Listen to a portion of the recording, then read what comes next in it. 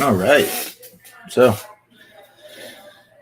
painting epic figures, and I have to tell you, while I don't think this is necessary at all, for some things, there's nothing better. And that, of course, oh, fire department's going out, is this Tamiya panel line accent color. A Grim, what is up, homie? How you doing? Good sir. I hope everything is wonderful where you are, obviously, as always. And so, Green, you are a COD player, or at least you have an account that says that. What are you thinking about the new COD? I keep seeing commercials for it, and I'm just like, I don't know. And of course, I can't say that I'm doing all right. I had a doctor's appointment earlier. Everything's great. So, you know how it is. You get a little bit older and all of a sudden it's like nonstop doctor's appointments. You wake up every morning and take like 23 medications. Code Inferno, that's the name of my business. Oh, okay. See, I totally thought it was Call of Duty Inferno for a minute, but now I know. Okay. Okay. All right. Yeah, because I've been looking at the new commercials for those first person shooters. And I'm just not 100% sure, what I even think about them, really. It's like, you know, there was a time a long, long time ago when first person shooter games kind of got by on being badass. And now it's like gimmicks and BS. What I'm doing right now, though, I don't even know that you'll be able to see, is I'm using the Tamiya panel liner to line the panels on these. Where it was I supporting? I wasn't supporting either of them. I mean, I'll be honest. I mean, I'm not a fan of Memdani because he has some very his economic ideas are uh, not in line with what I think. But at the same time, I kind of despise Cuomo because I mean that guy's been in office forever, and it's like go away.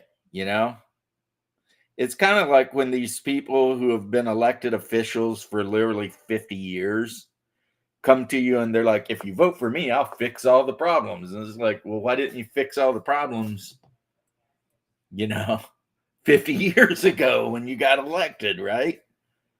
But okay. Now, I don't know your specific thing, and I certainly would hate for you to hate me, but I'm going to be 100% honest with you, Agrim, as I always am with people, right? I am not a fan of Islam at all because I have my reasons. I spent time in Iraq and everything like that. And I'm not sure I would, even as an American, allow it to be legal for Muslims to hold political office. They used to could not up until like the 80s, right? Now that I've admitted my kind of bigotry, like right out in the open there, um,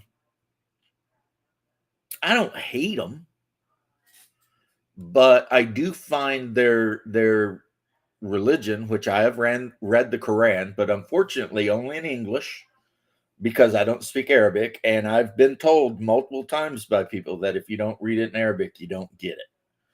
But I do know what I've read in the Quran and in the surahs and stuff like that, and I'm just not a fan of it. I'm not a fan of it at all. Uh, So there's that. And the other thing that really kind of bothers me about that whole group of people really is like when someone like Memdani calls someone like me a colonizer. Um, I'll answer that. But when someone like Memdani calls me a colonizer, even though Islam started out in a tiny little peninsula in the Arabian Sea, and through sword and just murder and massacre, etc., has spread itself from India all the way to the North Africa and now into Africa, right? And not a day goes by that you're not hearing about Islamists executing Christians, doing something, right? And so now to answer your question is I dislike the religion as a whole because if you've read the Quran and you've read the Hadiths and the Sutra, you understand that there's no such thing as extreme Islam. It doesn't exist. There's just Islam and people who are willing to actually follow what Islam teaches, and then Islam and people who kind of half-ass it, kind of like your Easter and Christmas Catholics. That they claim to be Catholic, but I mean they don't really follow anything. Never read the Quran. It's a mess. And then, of course, when you get into the Hadiths and the Sutra, the is it Sutra? The extra Quran stuff where people who were like who knew Muhammad say things, it gets a little bit out there. Uh, see, here's the thing: I've had Hindu friends, like my friend Vivek Patel or whatever, who went on to become a rocket scientist because he was a genius and all that. And they were Hindu. And even though they were Hindu, they never had a negative thing to say about really Christians or anybody. So it was kind of like, okay, whatever, you could live with them. And a Sikh man is 100% responsible for saving my mom's life. So I'm always going to have a little bit of a positive attitude towards Sikhs. But I have never had a good interaction with a Muslim in my life, except for one whose name was Bosch, and he was from Morocco. And he was, again, like I said, he was Muslim because he had been born Muslim, but he wasn't running around like judging people and calling everything haram and this, that, and the other. You know what I mean? Like, if he didn't tell you that he was from Morocco and he's a Muslim, you'd never know. I mean, right. So now that I've rambled on, the concise answer for you, Agreem, is we call them extremists. They're the actual people following their religion.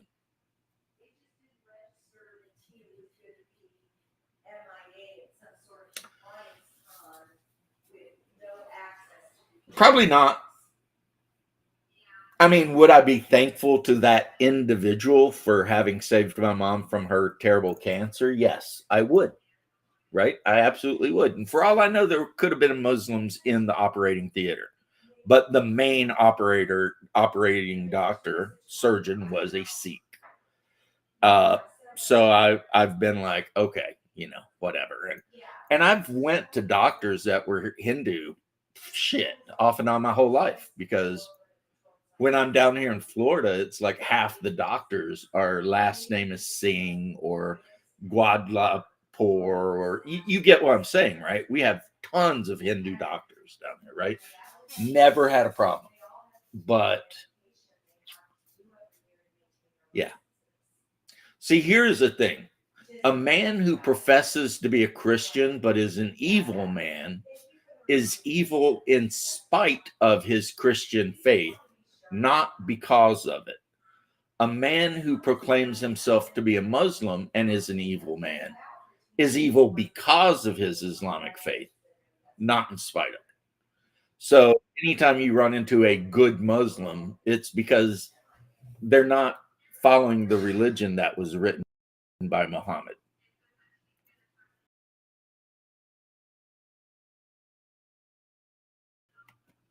All right. But, and that's my opinion on that. And that's also Click the button. You did show up. Click the button. Can't hear you. Can't hear me? Now I can. Yeah, I was just talking low, saying click the button.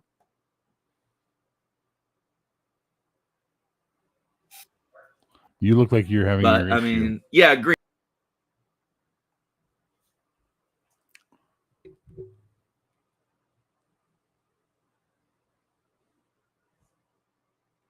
Connecting.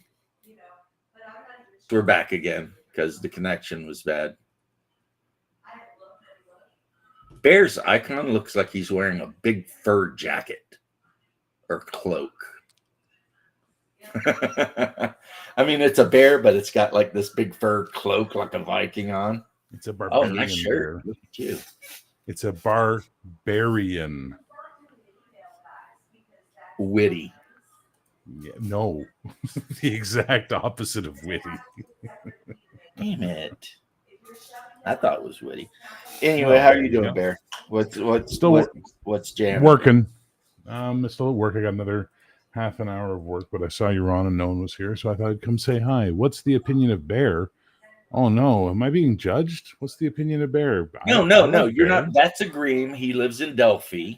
I know. He asked me some hard questions about my opinions on certain things, and now he's a younger guy who's in college.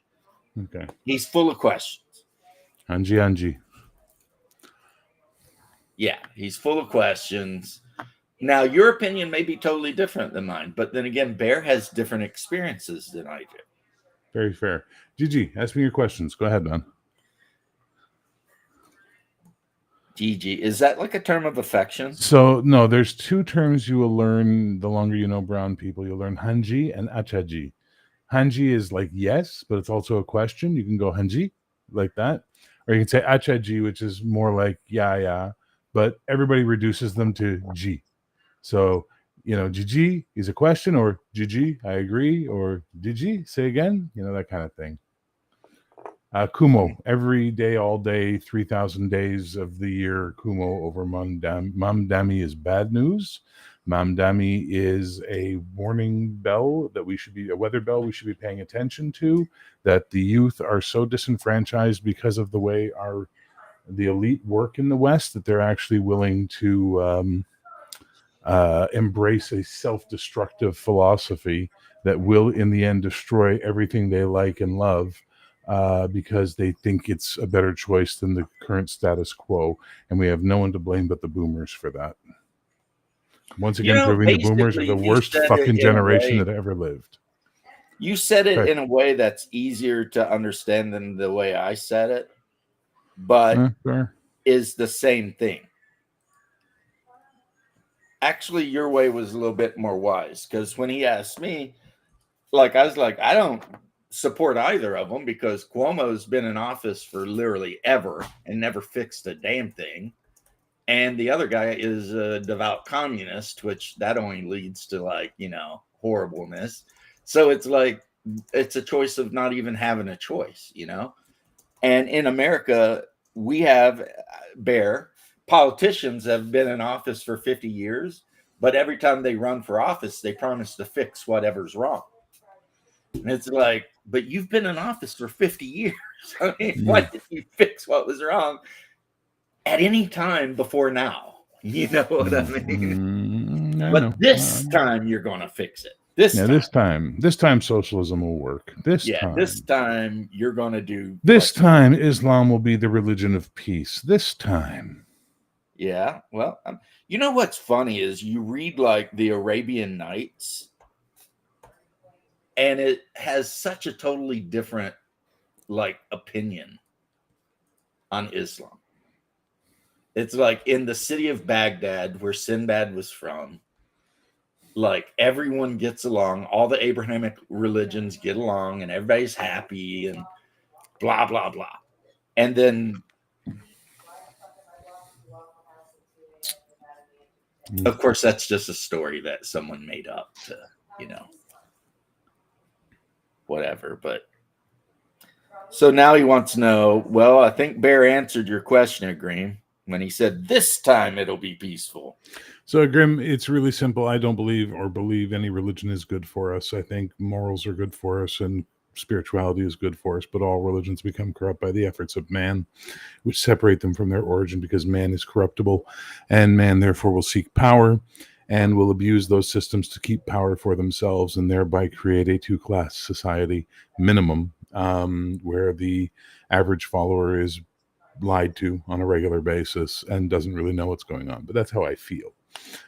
James obviously has a different view than me on religion, specifically his own, and that's fine too. But I was raised Christian. I just am not Christian Well, or here's Jewish the or thing, though. Muslim. I don't totally disagree with you, Bear.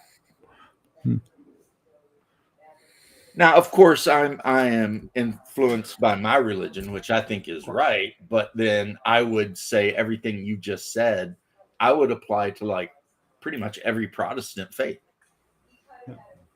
But I've known Orthodox people who have talked about the corruption of their own orthodoxies within their countries, right? So while the overall religion might be wonderful, it's still individuals that are involving, and individuals are assholes. Yeah, It's just the yeah. You nature of the still beast. get bad bishops that eventually have to be kicked out of the church for, teaching bad things. I mean, Rasputin comes to mind, right? That guy was doing all kinds of bad stuff, but oh yeah. Orthodoxy without humanity is a perfect faith.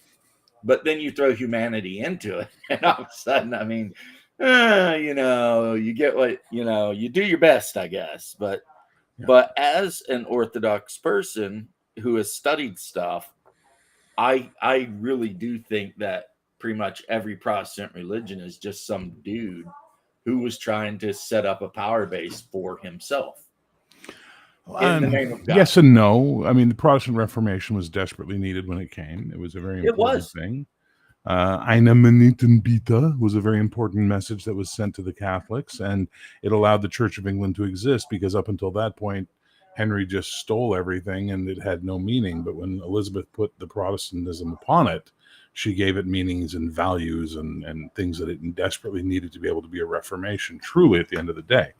Problem with it is that when you're rebelling against or you're reforming against a corrupt hierarchy of a religion that is what's the word I'm looking for? Controlling everything in sight. Certainly, some of them, took the joke and ran to hell with it, as my dad would say, because they're even worse. Well, I'll tell you what, I've never really heard. The only thing I've ever heard anyone complain about Church of England is that it's weak. Fair. That's it.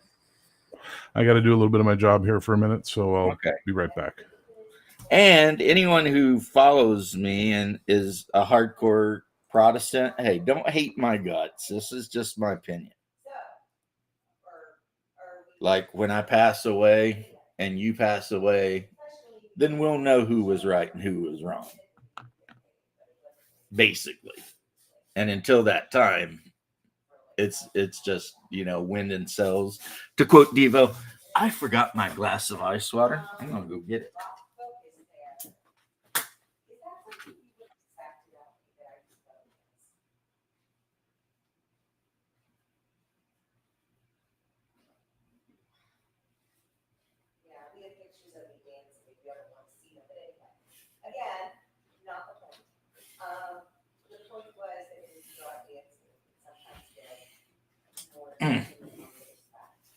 What's up, Big James?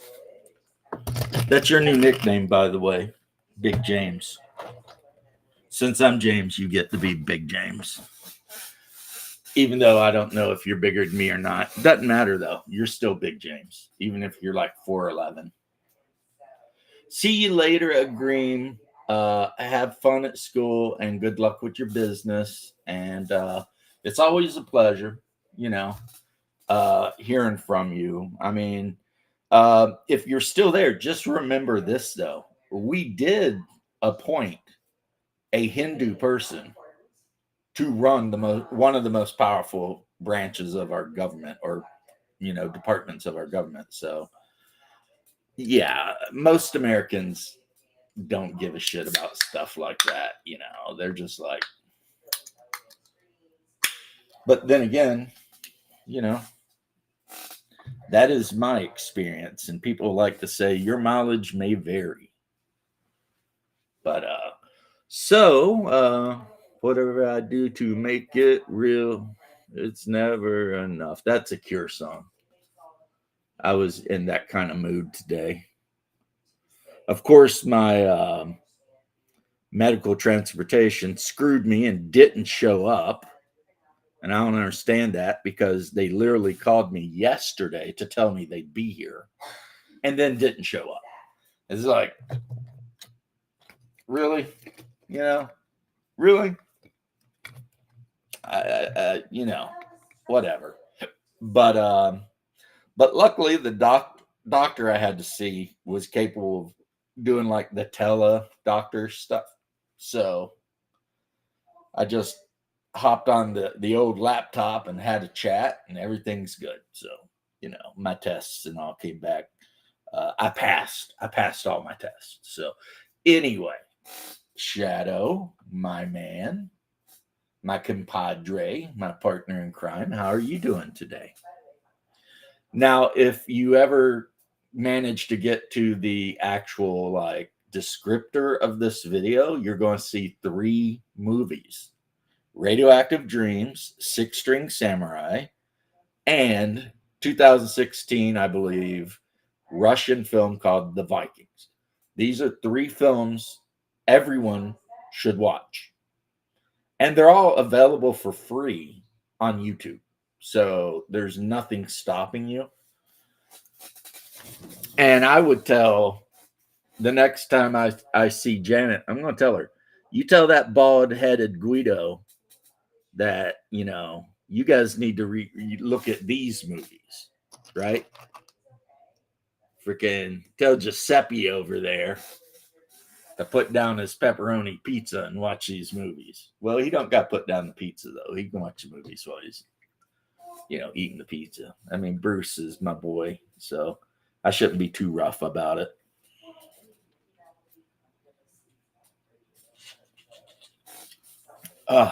Get my brain working. It was by will alone that I set my mind in motion. It was by caffeine that thoughts acquire speed. The hands develop shakes. The shakes are a warning. It is by will alone that I set my mind in motion. Oh, man. So anyway, the camera is looking at me now. And Jesus over there. Whereas I'm not showing off all of my blood angels. They are down here, though, and they are looking really good. Bear is back. Hey, everybody. Bear's back. I know Kevin Spacey is a completely horrible human being, but he was awesome in LA Confidential. I'm sorry. You're muted. Everyone in that movie was amazing. Everyone. Yeah, I can't disagree. The bad guy was amazing. The good guys were amazing. It was so well done, like from top to bottom. And the one guy I felt the worst for was the gay dude. Oh, that gets killed in the hotel? Along about how they were going to get him in movies and shit, but then they kept setting him up. Yeah, and then they just kill him. James said the name Jesus and Bear appears. Well, Thank you, Father Aaron. I am not so blasphemous as to believe that, but thank you for saying it. That's not really blasphemy. Even the most hardcore non-believers, I believe deep down in the depths of their soul, they still hear the word, the logos. If the word is Elvis, I'm in. Well, I mean, Elvis is pretty badass. Elvis is everywhere. Yeah. I mean, you're not going to hear me complain about any Elvis over here. But I would like to take a moment to talk to you about the anti-Elvis. The anti-Elvis has no Elvis whatsoever in him. Michael J. Fox has no Elvis in him. Elvis is everywhere, man. It's a great song. Well, I've never heard that.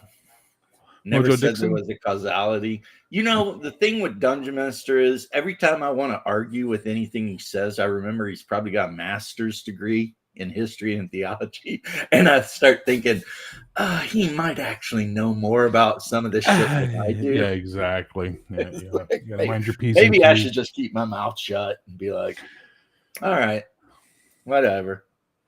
Gotta mind those P's and Q's. Yeah, maybe I should just like.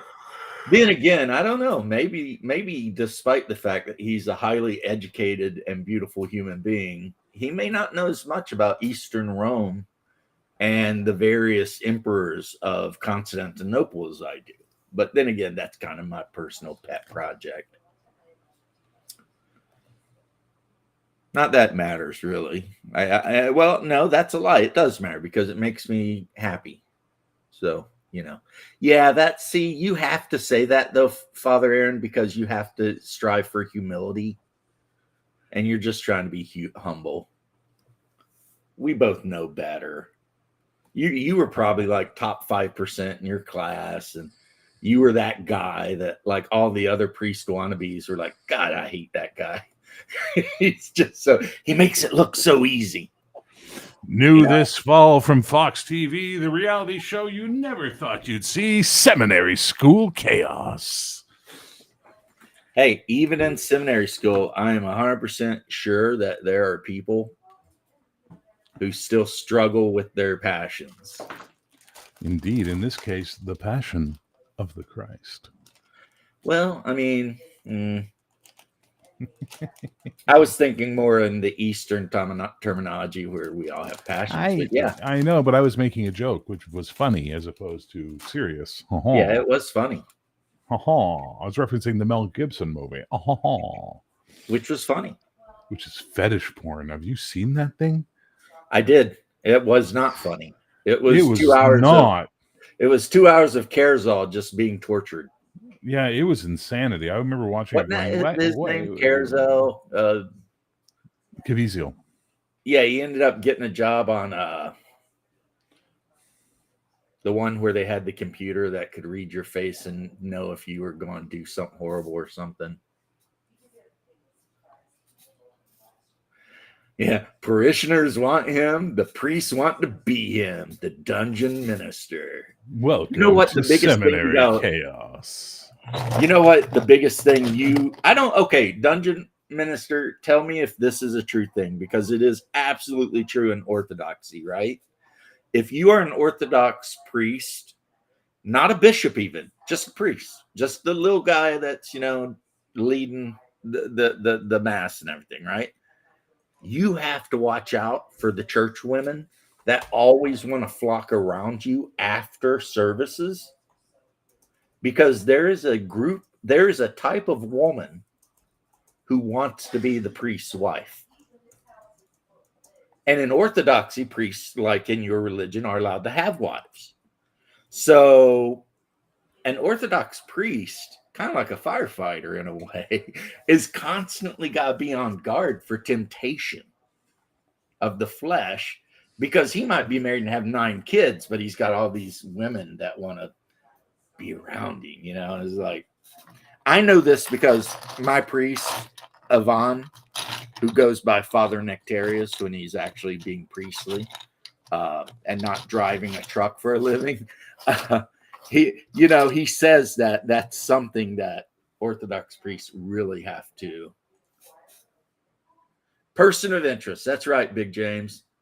That you got to watch out for, that there's always these certain women that would love nothing more than to drag you down, because they have a weird fetish for sleeping with the priest or something.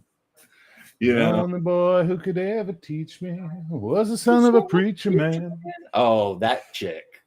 Oh my God. Dusty Springfield, isn't it? It was. And she had like 100 #1 hits that no one even remembers. No, exactly. I remember when she was rediscovered in the 90s, I'm like, who? And I looked into her, I'm like, holy moly, this lady was like prolific. Yeah, she was just like all over. Already having a wife helps. Exactly. And being a dork, you're not a dork. You're too tall to be a dork. You have to understand that as far as No, no, women are no, no, no. concerned. You can be a dork if you're too tall. Yeah, that's total option.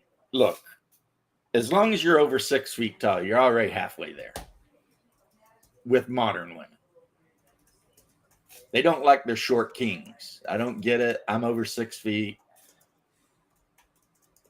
I feel bad for my short kings. Now, my daughter, I raised right. She's taller than her husband, and she can pick him up in a cradling position and carry him around. But my daughter favors me a lot as far as she's got my long black hair straight. She's got my eyes, and she's just bigger than he is, you know. Uh, but yes, my father Nectarius has a Russian wife and like 8 kids, and they surround him after, because in Orthodoxy after service you generally get together for like a tea service, and maybe some of the old ladies made some parachki or pierogi or something like that. And you know, you can donate, you're supposed to donate money, $5 or so, and then you can have a little something and some tea, and it's Russian tea, so served hot in a metal and glass composite kind of cup, right? And yeah, luckily his wife looks like she could bench press a lot of the women that would want to try to. I mean, he's got a very strong Russian wife, you know. Russian woman, strong like bull, smart like tractor. Yeah, smart like tractor, right? But when he's not doing services in English and Russian, he's driving a long over the road truck because he does not get paid to be a priest. Yeah, Saint Nectarius was one of the great saints back in the day. Kind of like Saint Nicholas, the one that smacked Arius for being a poo-poo head about the Blessed Mother. But yeah, you know, here's the thing. You say you're a dork, but I watch your videos and I don't pick up dork vibes at all. I'm sorry. Maybe my dork radar is like way off, because I mean, I have had people say my gaydar is way off. Like I can't detect gay men unless they're like super flamboyant. But otherwise, my brain don't think that way, so I'm just like whatever, you know.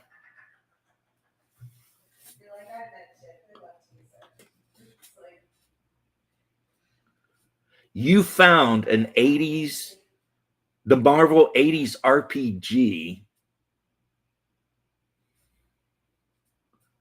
So you found like the 80s yellow box Marvel RPG. It was complete. Well, I hope you got a great deal for it too, Red Hulk, because every time I look for it on like eBay or whatever, I mean, people are wanting like your first child, you know, etc. So, oh, we got Vic. Hello. Vic. You're the reprobate from the frozen north. Ew. He's the reprobate from the frozen Midwest. I'm the reprobate from the frozen north. See, I wasn't even considering you a reprobate. Oh, I am. But Vic, I was. Nice deal, Red Hulk. Congratulations. You should buy Heroic when it comes out. A complete box set of freaking Marvel 80s RPG. Yeah. I mean, if you don't like the game, I know you could put it on eBay. Yep, that's the one he said, the one behind you. You could put it on eBay and like make your money 10 times over at least. I have a copy of that over on my shelf too. So yeah, so you guys. No one likes to brag it. No one. It's not very Mensch-like behavior. It's like, come on, don't be a schlemiel. Don't be a braggadocious schmuck. The game was well designed. I very well designed. Huh? Very well designed. Hence why I cloned it and updated it for Heroic and now Valorous. Oh, and I got my money in, and hopefully my Valorous will be here soon. Woohoo! The one I'm waiting on is the Gygax one from Troll Lords. And I don't know. It's been over a year. Legendary Journeys? No, it's the Gygax. Dangerous Adventures. Oh, I don't know which one. Worth 430. Yeah, so you made out like a bandit, homie. Yeah, it's very, very, very popular and very, very, very expensive. The Gygax World Builders. Oh, I think I got that. It's got like a bunch of naming lists and things like that in it. It's pretty good. They put it out like 20 years ago, I think. Because there was a time when Troll Lords was putting out all of Gygax's stuff. Yeah. And then all of a sudden, I guess Gygax's wife was like, nope. Like when he passed. Yeah. Because when he was alive, he was working with those dudes. You know what I mean? And then he passed, and his wife was like, no. But then his youngest son, Luke, kind of made it where they could do it again. Right. I don't know if it was a lawsuit or if he just went to his stepmom and was like, I think Gail is a piece of work. You know. Yeah, it's like, come on, stop being a bitch. The whole world wants the stuff your ex-husband made. Let him have it. I mean, that's how you keep his memory and his legacy going, right? Right. That is the one I'm waiting on. And it says here they're way late or whatever. It's just October 1st is the last update I had, but at least they're posting updates. Well, you have to remember, they don't post it. Depending on where they're getting that book printed, you could be dealing with tariff bullshit and all kinds of stuff. Troll Lords gets theirs printed in Missouri by oh, well, that's good then. I talked to Stefan about it. It's Waldorf Books or something like that, Waldorf Printing or something like that. Unless they have some kind of weird tariffs against Yankees. Because you know how those Missouri guys are. They do not care for Yankees very much. You know that whole war they had with Kansas that actually went on for a couple of years before the actual Civil War started. I mean, a lot of people don't know that because they think the blue and the gray. And it's like, there's like 2 or 3 years where Kansas and Missouri were really going at it. Just bushwhacking the shit out of each other left, right, and center, And people seem to forget that, That's why they call Kansas people Jayhawkers, and shit like that. But anyway, that's good. I'm glad they're American made. That makes me feel even happier about investing the money for their last homage cover stuff. And I think Bear said a couple of days ago, because Bear, he keeps his thumb directly up the ass of the community. And he was saying that they're giving away their current Player's Handbook in PDF form. They were, I don't know if they still are, but they were, yeah. Hatfields and McCoys, this was worse. This was worse. The border war between Missouri and Kansas was like a full-blown war. Towns were being burnt down. Men, women, and children were being killed. It was terrible. So I'm having fun today sorting through Dave Con's stuff. It's just like, oh, wonderful. Look what I found. Some old relics from Dave Con's past. So yeah, I did a little promotion on Dave Con, actually. Yeah. Well, for that box you said you were sending me, and I was going to send you some stuff. Well, I finally got my spending money in, so I can finally go to the UPS store and pay to get sent out. Well, but I have it right here. I got a bunch of swag I can send you, like some old art and stuff like that. Dude, this is the box, and it is literally full. Cool. Of things that I think you will enjoy very much. It'll probably be just a little bit bigger, but that's because there's art packed into it. So I mean, there's so many miniatures and there's ships of various types in here. Do you need any 6-sided dice? No, I don't need anything. As a matter of fact, I'm selling stuff. I'm trying to get rid of things. Oh, that's Shadow. So all I gotta do is put my tape on this, put your address on it, and have my wife drive me up to the UPS store and chuck it at them, and they'll charge me a little money. Hey, James, go to pirateship.com. That's what I use. And if you got a little scale there at the house, you can weigh it, and it's half the price of doing it. And you can just bring it to the post office. or wherever. So that's what I use when I ship stuff out. That's a So, great idea. I probably won't listen to it at all. okay. Well,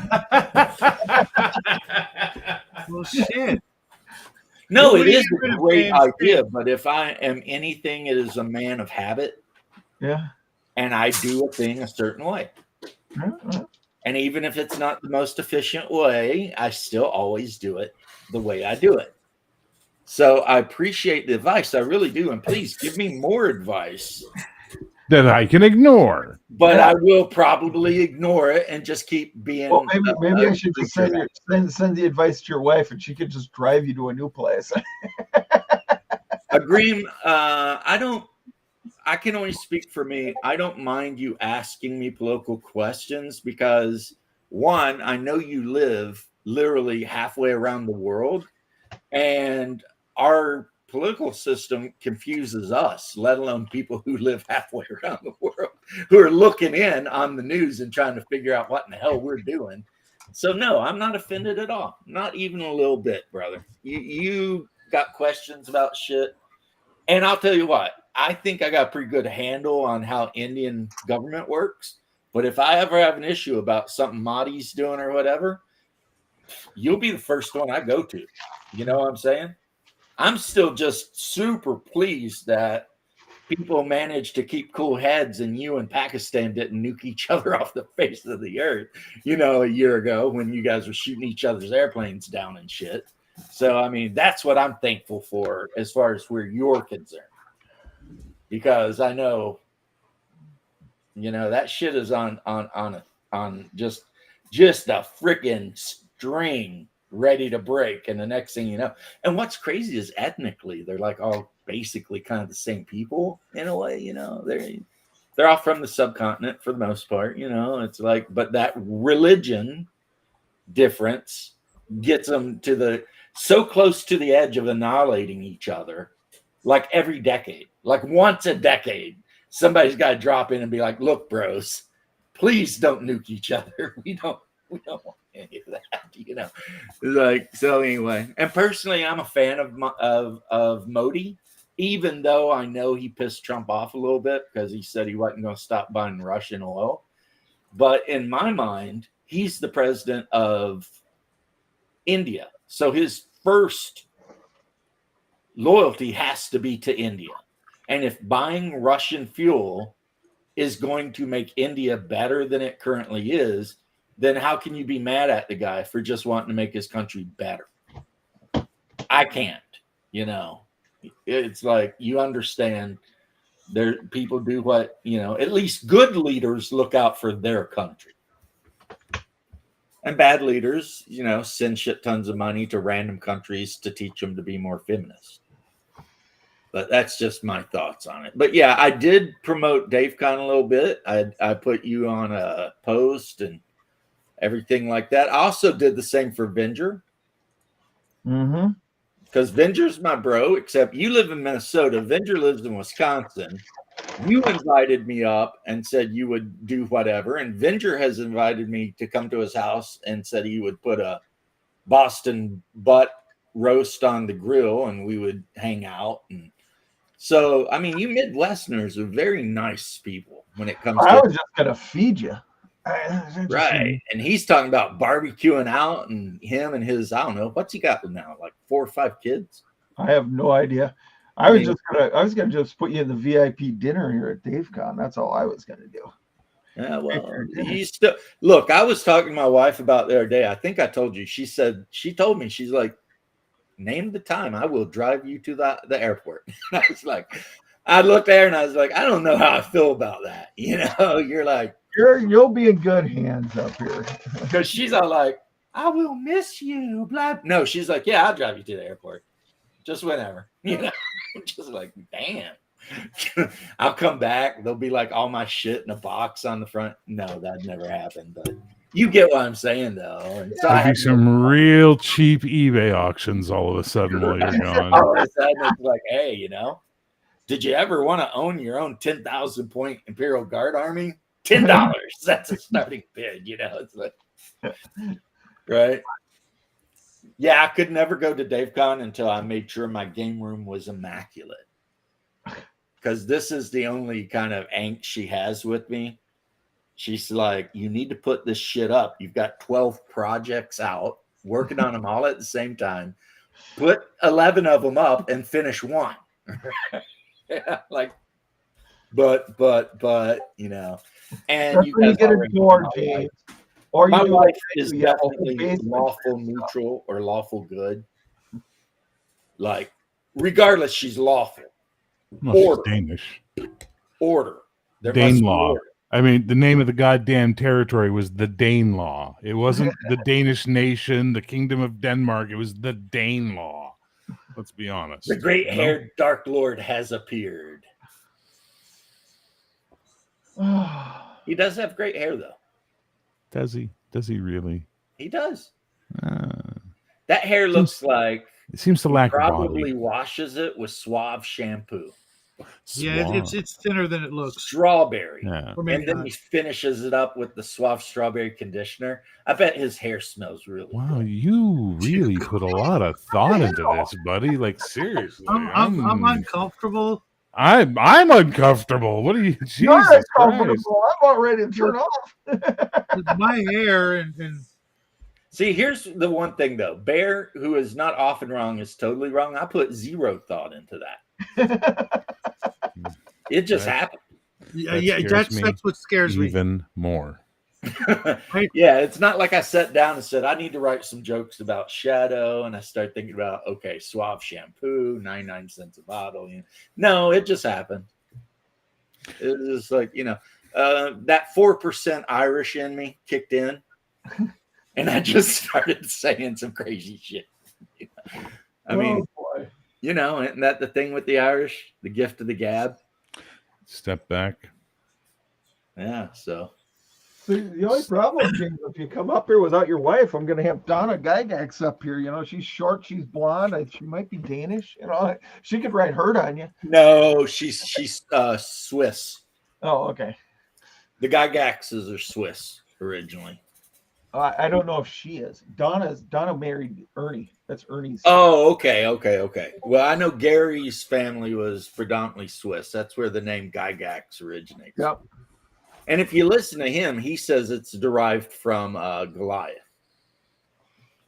It might be. I don't know. Yeah, he said a lot of things. Well, people do say a lot of things. This is one of those subjects that I really don't. That's exactly what it means, that they can go back. Because remember, like 25 years ago, they had a box set you could buy, and it was E. Gary Gygax's Legendary Adventures. Oh, yeah. And then all of a sudden, you couldn't get it at all. That's But now because you can. That's because Williams sued Gygax, and she ended up having to buy it all out, and she trashed the whole. Well, see, that was Mythic Journeys I thought it was Dangerous Journeys. or Dangerous Journeys. Dangerous Yeah. Journeys. Legendary Adventures is different. Oh, okay. All right. Because like Dangerous Journeys or whatever was set on Mythic Earth and was actually like kind of centered on like a really mythic ancient Egypt kind of thing. And then he got sued and they got it all and destroyed it all. So Oh, that must have been with James Ward. Must have been working with the Ward. right. Because that was back when TSR sued everybody for like if you blinked wrong, you got sued. Yeah. And then Legendary Adventures is a very free form percentile based system. So there's not even classes or anything. You just kind of, you get X amount of points, you pick your race, and you just kind of buy the skills you want your character to have. Okay. And there's also like 20 different types of magic in the game. So you could be a summoner, an elementalist, or whatever. And then you, as you spend your points in that spell tree, that's how, you know, because you got to roll to cast. So totally different game. As a matter of fact, it's a lot more rollmasterish in a way, except instead of rolling high, you roll low. But Oh, okay. yeah. Now, a lot of people forget Igor Gygax's best game that he ever made, and that would be Cyborg Commandos. Yeah, see, everybody's like, what? Yeah, I think you're just being facetious. Well, he didn't make it, but he did put his name on it. And I will stand on this 100%. This is a hill I will die on. The setting was amazing. It's just that the game mechanics sucked. And if somebody today could somehow redo it with a better set of rules, maybe even face rip something, anything, but keep that setting with like the crazy aliens that are actually ruled by another type of parasite alien and, you know, whatever. I mean, that game could be so good. I don't think I've ever even seen it. I own it. In the game as a player, but I've never bought it. Your player character is a cyborg commando because Earth's conventional forces have basically been wrecked by these these aliens, right? And what that means is they've taken your brain out of your body, put your body into cold storage, and installed your brain into the torso of a, you know, super strong titanium thing, you know, the Terminator type thing. And your whole job, though you look 100% human, is you go around killing the aliens and trying to stop them from doing what they're doing. And the aliens are a super interesting take on alien life. And yeah. And the programs, there's like a program in the United States, there's a program in Russia, there's a program, I think, in Germany. So, you know, like they share technology and everything. And the cyborg commandos got like built-in weaponry in their body, you know, kind of amazing because you can get your head blown off as a cyborg commando and just keep going because your brain is actually in your torso. So it's like, you know, the brain's just where sensory stuff is. So yeah, you can get, or the head. So you can get your head blown off. As long as you got somebody to guide you back to get repaired, you're fine.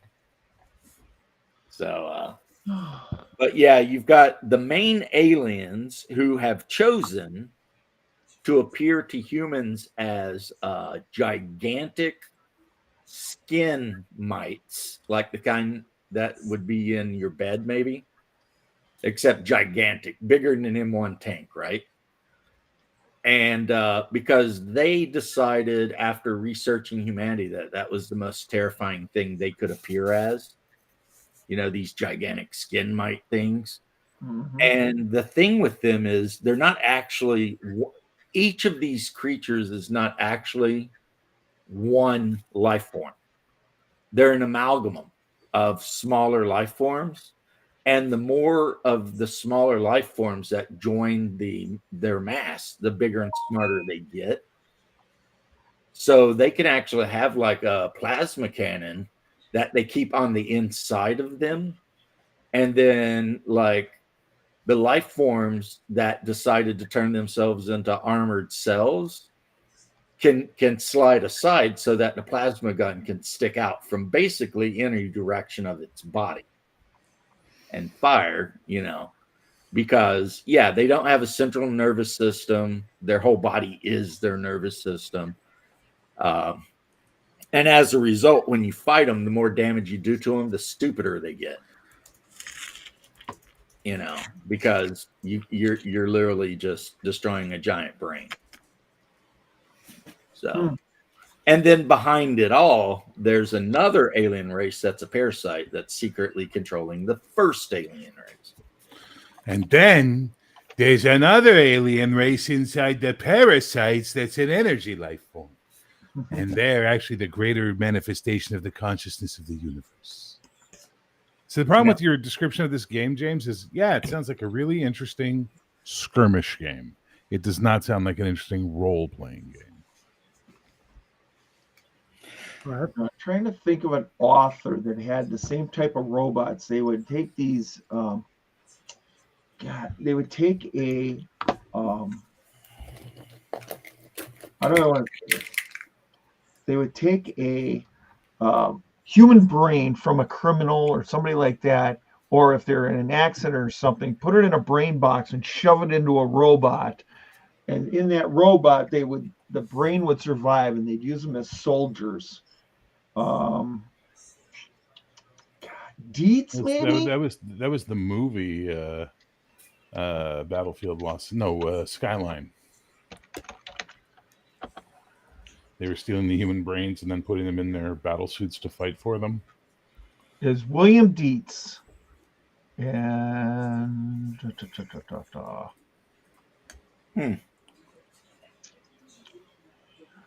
Well, I can tell you this, that if you ever hang out in Vermont and you're walking through the woods and you hear like a weird buzzing sound, leave as soon as you can, because your brain could end up in a jar on Pluto.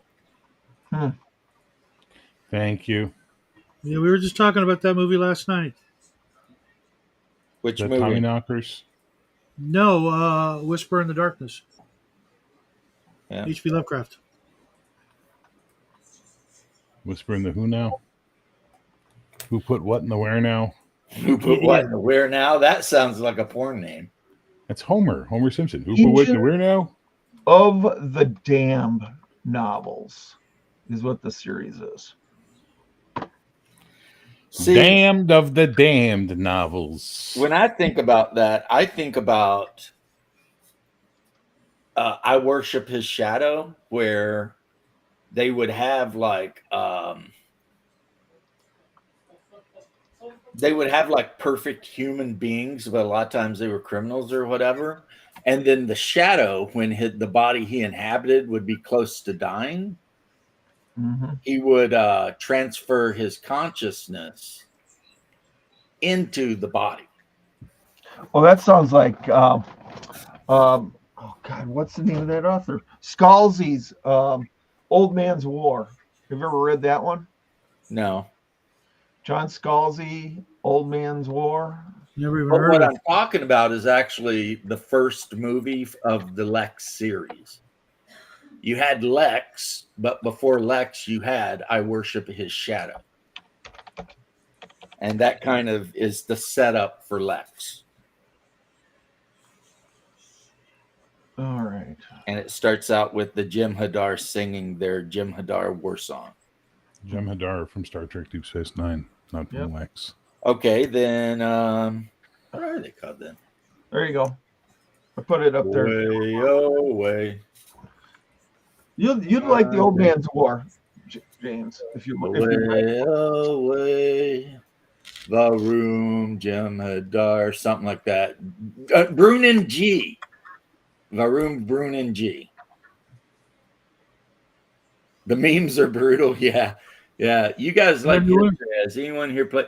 I don't play Europa Universalis because it's too hard, but I do play Knights of Honor, which is a basically baby's first universal Europa Universalis. Because like Universal Versalis, you got to control. You're controlling like trade, and production. And I regret having a Mac for one reason only this week. Dispatch isn't available on it yet. I don't know if it's even coming. Dispatch. It's this really cool superhero game that just got put out. It's like a story game, but it has interactive bits and stuff like that.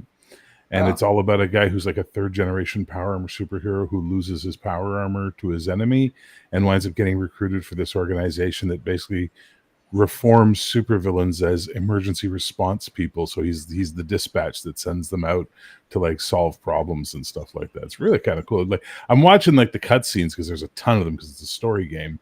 And I'm like, they should have just made a goddamn anime out of this because it's so interesting. Like it'd been so good to watch. Right.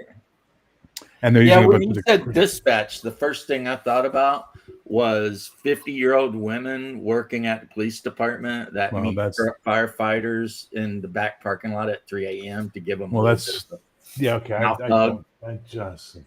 So my opinion of what dispatch is totally different than yours. By now you think I would have learned not to talk when he's in this mood. I recognize the mood. I see the mood. I know the mood is active. Why do I talk? Why do I There's no fucking mood open my there, mouth? and there's no Because you like walking into the lion's jaws. That's Apparently. Bear. There's nothing but love. Oh, no. The love is always present, but you have particular moods, sir. You have your extra trolley mood. why. You have your I'm going to make a joke out of everything mood. You have your I'm going to discuss deep philosophical Eastern Orthodoxy things mood. And then you have your Father Aaron's here, so I'm on my best behavior mood. Okay then. So now you know what you need to do. You need to contact Father Aaron and be like, look. No. You're on your best behavior, and you're a little precious about it too, my friend. I'm just saying, you need to be like, look here, Father Aaron. We need you're you like, around. No. You're like, oh no, there's a priest here. I must behave better. I must not give in to my carnal sins or wicked talk. There, the priest is here. But Shadow shows up looking like he walked straight out of Romania, and you're okay with it. I don't know. Well, I like Romanians, so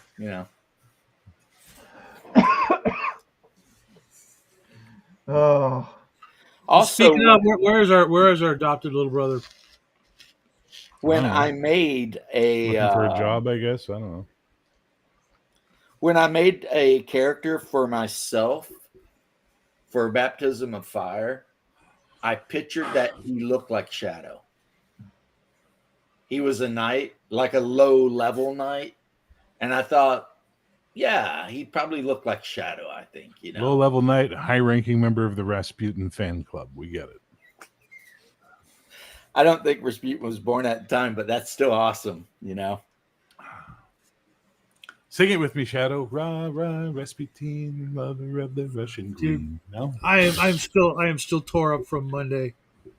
What happened Monday? I had to move that firewood. I got a cord of firewood delivered to my house, and the guy drops it off.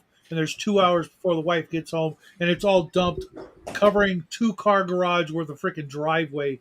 And I got to move it before she gets home, or she's gonna freak out. And he dumped it. We were talking about this the other day. The cord of firewood's 8 feet long, 4 feet high, 18 inches, 16 inches, whatever wide. No, not this cord. This cord was all of that, but like 8 feet wide, 8 feet long. You got a true cord of wood. Yeah. I mean, it was just freaking massive. The fireplace cord is the 18 inches. You got a true cord of wood. So, and I've got a hand cart, typical, dolly, can move like refrigerators and shit. And I'm thinking, okay, I'll just stack it, move it. More than half of it would not fit on the dolly. So I'm moving like 3 or 4 pieces of wood at a time to different locations because it's stacking up, and I got nowhere to put it. Just so you know, Shadow, every time you say dolly, Pit Bull gets a residual check. Mm-hmm. I literally lined my wall, one of the walls of my house, the wall next to the neighbor's house. Three regular big ass trash cans are full, and there's a wall of it in my garage. And I used muscles that didn't even exist. This sound you're making, this is a woman sound. Oh, wow. Yeah. Oh, wow. You just got this 13th Warrior style, my friend. Yeah, never seen that movie? It's the fourth time I've heard of this movie in a week. Well, maybe that's a sign. Yeah, that should be like alien, Scientologist, Xenu, God, whoever you want to believe in is sending you a message. I don't think Xenu sends messages, to be honest. No, he's definitely not sending them. I think he ended up in prison after he exterminated a bunch of people on Earth with nuclear weapons. Exterminate! The Color Out Space with Nicolas Cage is Nicolas Cage at his. And we were just talking about that movie this morning. Jesus Christ, you guys! It's like all you guys do is watch fucking movies. First off, what do you do late at night when there's nothing else to do? I mean, he hunts his prey in the night. He hunts his prey for blood. Exactly. But in between that, I mean, Honestly, I'm usually talking to you guys. Maybe not the people here, but other people. I Meetings with, know you're a social butterfly. You got a big friend group. I get it. You don't got well, brag. I'm working, on a. I just got myself into a new project with the Barrels and Borderlands guys, and so I was creating art for that on Night Cafe, and I got a little carried away. I couldn't get the image that I wanted, and Barons of Borderlands. Well, here's what I'm going to tell you, and I'm not giving Barrels and you. Borderlands. Have you heard of it? Yeah, sounds familiar. Yeah. I'm not giving you fatherly advice because I never had a son. So whatever I would think about it. And doesn't I'm older matter than you. anyway, really. But I'm giving you, like, I think advice. And I think your son, Jackie, would absolutely love the 13th Warrior. Yeah, probably. So But I one of could. these times when it's you and him sitting around the house and you're trying to figure out what the F to do with your life, maybe watch the 13th Warrior.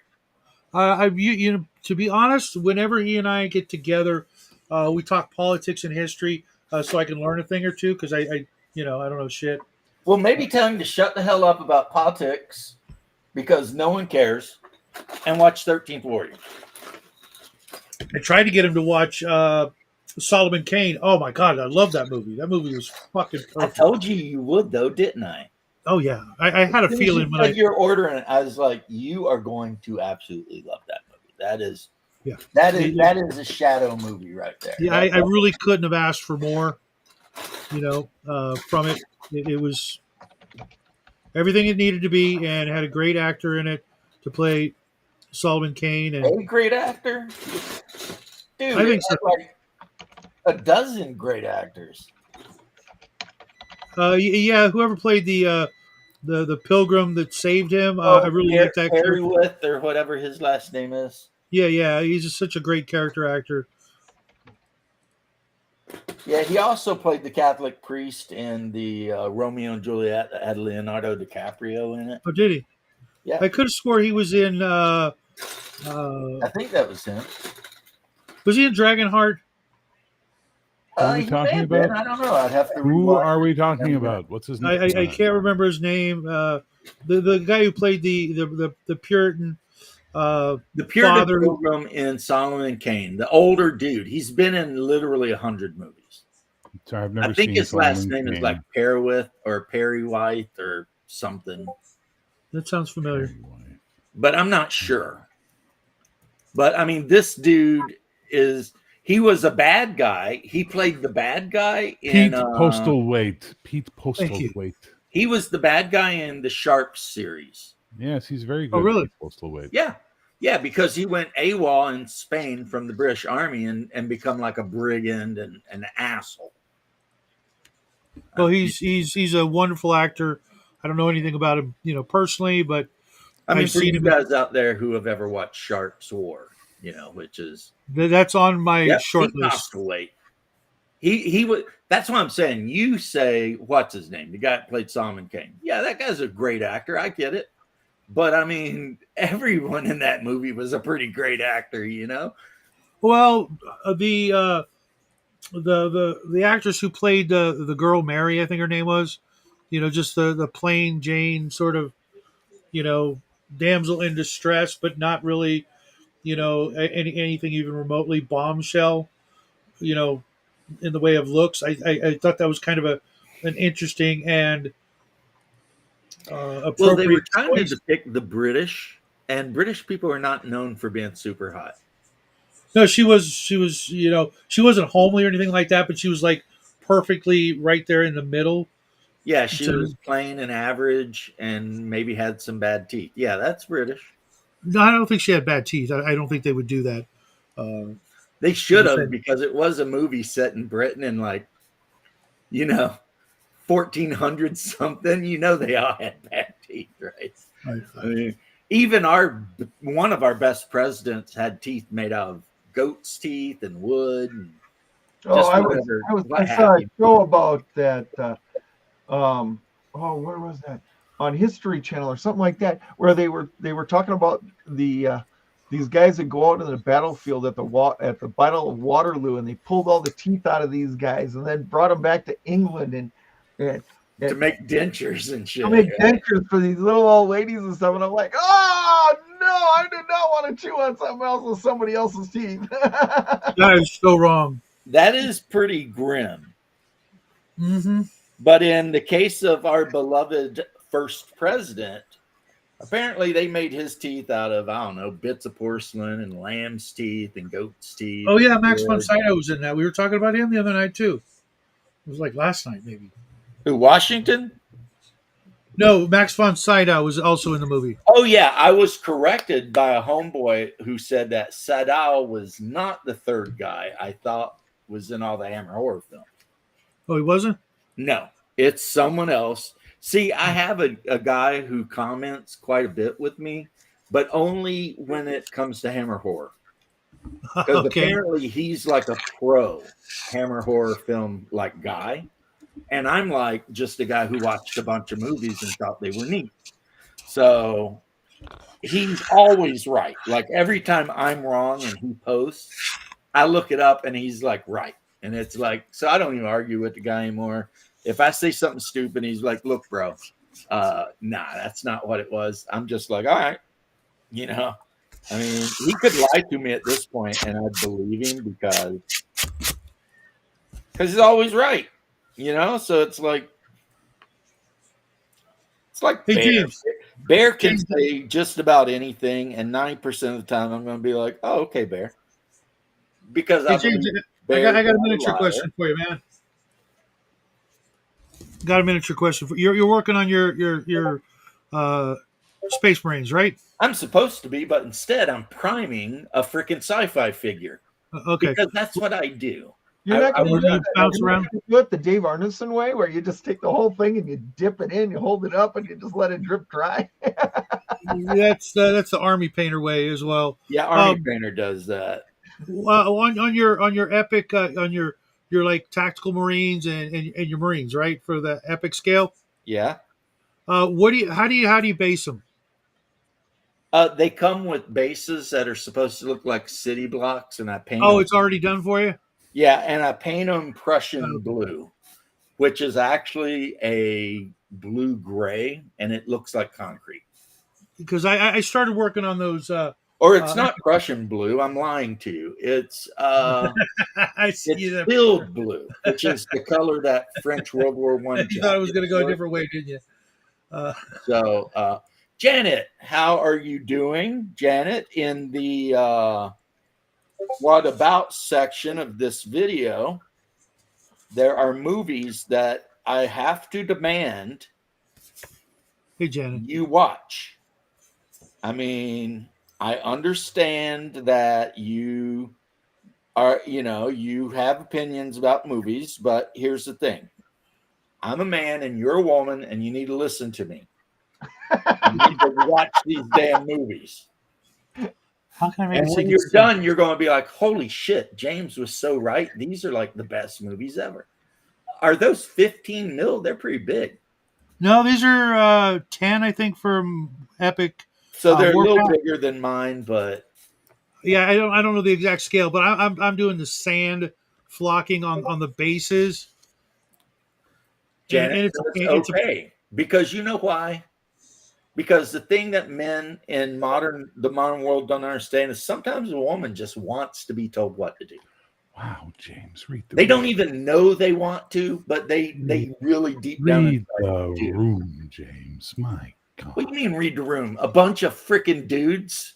No, but you're lecturing Janet about what women want. I'm not lecturing Janet. I'm telling Yes, you are. You are 100% lecturing I'm Janet. not Don't lecturing try it. Janet at all. Janet, You need to do it is because I'm a man. You need to listen to me. And you need to watch these movies. That's not I even lecturing at cross all. my arms and look at her and be like, look.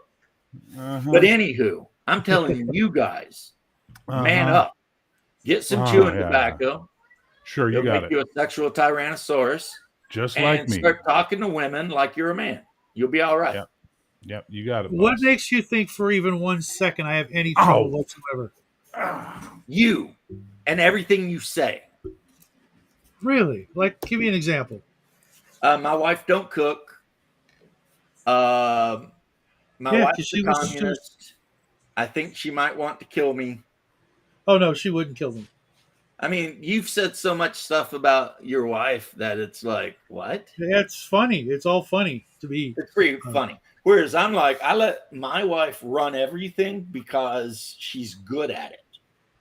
Yeah, see, I don't because she sucks. Oh, and for people who don't understand what mansplaining At- is, it means at- a man explaining the way shit should be. I just put it this way. She knows her role. I know mine. Yeah, know your role. That's what The Rock Yeah. used to say way back in the day, but no one got it. Actually, well, Stop That's being a what jabroni. Mm-hmm. what the hell's that? Something else The Rock used to say back in the day. Jabronis were wrestlers that just showed up to get pinned. Those are jobbers. Sometimes not they were jabronis. called jobbers. They're always called jobbers. Jabronis are guys who think they're more than they are. A So- jabroni was always a foolish, incompetent, and contemptible person.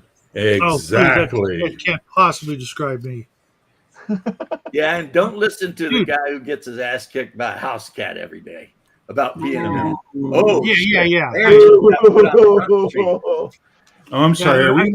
I apologize, gentlemen. I didn't realize we were all suddenly in junior high, and now our manhood was in question because one guy said something. So, getting his Beans, ass kicked by a house they will cat. never know He's the being love used we as a heating share. pad. That's all. That's exactly right. It's I will Canada, be it's honest. cold. I'm a little bit envious of you and Beans. Beans is my boy. He's a good boy. So when I got the two kittens, Misty was the one I wanted because he was fluffy, and I'm like, oh, I Oh, want a long-haired cat. I'm not worried about it. And Beans was the one that came along as the brother. Beans You're not wrong, Janet. immediately imprinted on me. Like he bonded to me like I'm his parent. So that's why he's so like this with me all the time. And he's my boy. I could never And never get rid of you. She's not the average woman. I would agree, She's not. Janet. You are definitely not the average woman. She's not For an sure. average And I woman. mean that in a good way. I mean that in the most positive way ever. I was just flexing a little bit of testosterone for a second. I mean, you'll excuse me. It happens every now and then. Beans had enough of your shit and disconnected the internet. Fucking Beans. He's so rude. Everyone knows how I am. Everybody knows. That the dice are loaded. Everybody rolls with their fingers crossed. That's Leonard everybody Cohen. knows by Leonard Cohen. We actually have a mural of him on a street because he's from here in He's a downtown Canadian, Montreal. really? He's Montrealer, no less, not just Canadian. Wow. And there's a building downtown, like a 4 or 5 story building, and the entire wall is a portrait of him. It's really I cool. would have, because I do believe in stereotypes, 100% guessed he come from Queens. Yeah, but getting a mural of yourself on a wall doesn't mean anything to me these days. Oh, we had shut one- up, you fucking I already know hipster! where he's going. I know where he's going. Jesus To. Christ! He's going to bring up the fact that the fentanyl addict had a mural on a wall. Close. I was going to go with Harris, but okay, that's funnier. But then that mural got hit by lightning, so we can get away with that. Leonard Cohen's mural has not been hit by lightning. And I'm going to say that Leonard Cohen may be slightly more culturally appropriate than either of the samples you guys just used. I'm going on a limb. Honestly, I don't even know who he is. So, how do you not know who you fucking hipster? How do you not know who Leonard Cohen is? He is the first guy who sang Hallelujah. Yeah, that song is his song. He sang Yeah, first. I'm not a fan of the song, but First, I know we take over Manhattan, and then we take Berlin, which is one of my favorite songs. He's not a fan of that song either. Don't. He didn't like it. No, Shadow. I'm just. the first song. The second song's okay. The first And song, then, I kind of of don't like. course, Everybody Knows, which is the most nihilistic song ever written. Because it's like everything sucks. It's going to keep sucking. And that's just how it goes. And everybody knows. Also, he mentions AIDS in that song because he talks about, when you're on the hospital bed with the machines beeping above your head, but there were just so many men you had to see without your clothes, and now everybody knows. So, yeah, That's fucked up. that song's deep, and it was in a great movie. Pump Up the Volume. They used a cover of it. Was it a cover? I thought it was Learn Code. Yeah, no, it was a cover by that female band. Fuck, what is the name of the band? I'm trying to think of them now. Because that's how he started his radio show every night, was with Everybody Knows. Yeah, he used his version, but on the soundtrack was I think Four Non Blondes. I can't remember. That is blasphemous. What song was it, Bear? Everybody Knows. Yeah. I think it's Four Non Blondes. I could be wrong. He even talks about, like, oh, Black Joe's still picking cotton for your ribbons and bows, and everybody knows. You know what I mean? Everybody knows that the how ship it is sinking. goes. Everybody knows.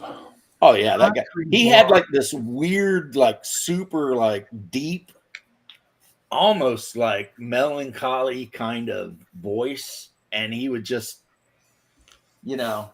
do his thing, and it was, my mom loves Leonard Cohen. I mean, absolutely loves everything he ever did. Concrete Blondes, they did some pretty good music. No, they did a cover of it. But they did, like, what was it? Life is a Bullet or some shit like that. And they did the Vampire Song, which is the name of the song, the Vampire Song. Like the choruses, I'm going down to something to New Orleans. Nice, Bubba. I'm going to walk by the river where it's cool and green. I'm going to, because it's sung from the point of view of a person who has recently been turned into a vampire. And they're trying to, like, deal with it. That's a good song. Yeah. Didn't they also do Joey? They did a ton of stuff. Yeah, but They're Joey's another the specific band that, like, in the 80s was putting a lot of shit out, and somehow kind of just people forgot about. Like, yeah, but Joey, Dusty Springfield. Look at her freaking song. Like, that chick had like 20 #1 hits or some shit. She was everywhere for a decade straight. And now you ask somebody about her and they're like, so Joey is a song she did with Concrete Blonde that's about the lead singer from Wall of Voodoo, Mexican radio. Yeah. Because he was just they had a relationship for a while, but he was so, the drugs and everything were so heavy for him. And that song, when you listen to that Stan song, Ridgway. No, not Stan Ridgway, right? No, the other guy from Wall of Voodoo. Oh, okay. I'm on a Mexican radio. Since the guy's name is Joey, I would assume she was referring to a guy named Joey, which would be Joe Nannini. That's it. That's the guy from Wall of Voodoo. He was the drummer. He was the drummer, it looks like. Okay. Yeah, he was the drummer for Wall of Voodoo. And she wrote that song. And I'm telling you, if you've never heard Concrete Blonde's Joey, wow. Somebody wants to know what somebody's opinions are on the new Welcome to Derry show. It's mediocre. It's mid. Yeah, my opinions are I'm not going to watch it ever because it's just not anything I'm super interested in. So I can't actually say whether it's good or not because I don't care. For me, it's really mid. Like, it could be great, but they're missing a lot of what makes a Stephen King story good, Like tension written by anyone else. Like Dean tension. Oh, shut up. You're just being... See, there's Vampire by Olivia Rodrigo. That's your theme song right now? You're in your vampire mood? Are you being like Vampirilla? That'd be a good costume for you one of these nights when Bruce and you are doing movies. Like dress up like Vampirilla. I would tune in. As a matter of fact, I think everyone would tune in. The whole internet would be tuned in. Oh man, I don't think that's ever going to happen. Just saying. I'm There's being very little. so sexist right now. Yeah, there's very little to that costume. Just saying. Right. It'd be an easy costume because you'd literally just need like a square foot of red cloth. That'd be about it.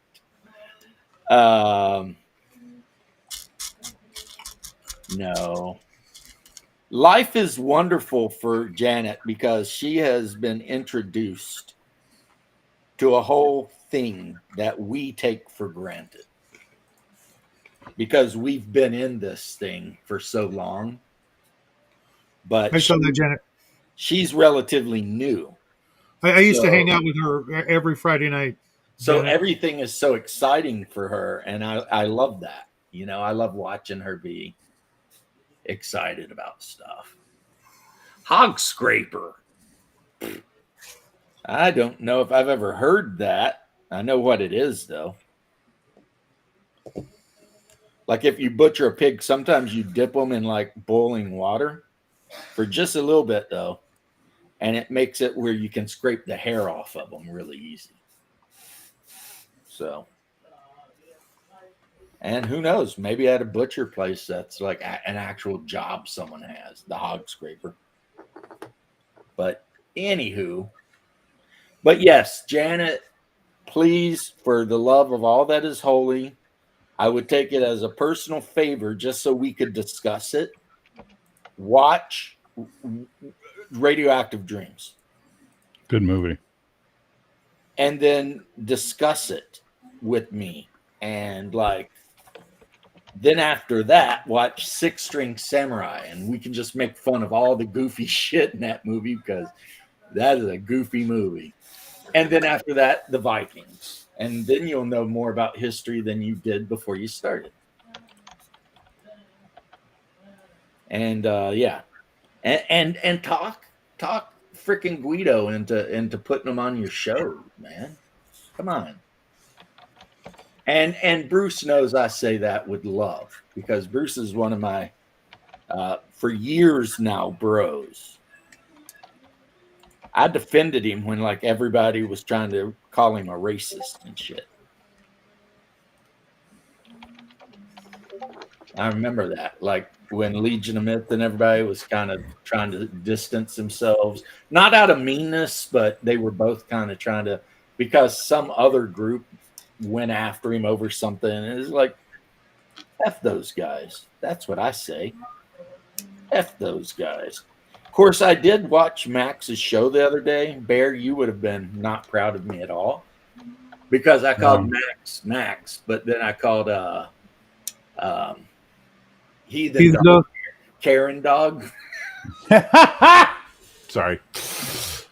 That's funny. And he just looked at the screen like, really, you know. Because so if you ever as Smiego and Karen Dog.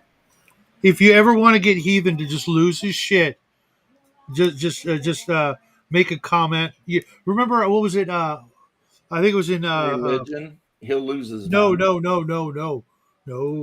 Remember that movie Big Daddy with Adam Sandler? Oh yeah. Remember when my that goodness. when that like punk guy or that goth guy is walking down the street yelling and all pissed off, and he says, I forget what he said about his dad.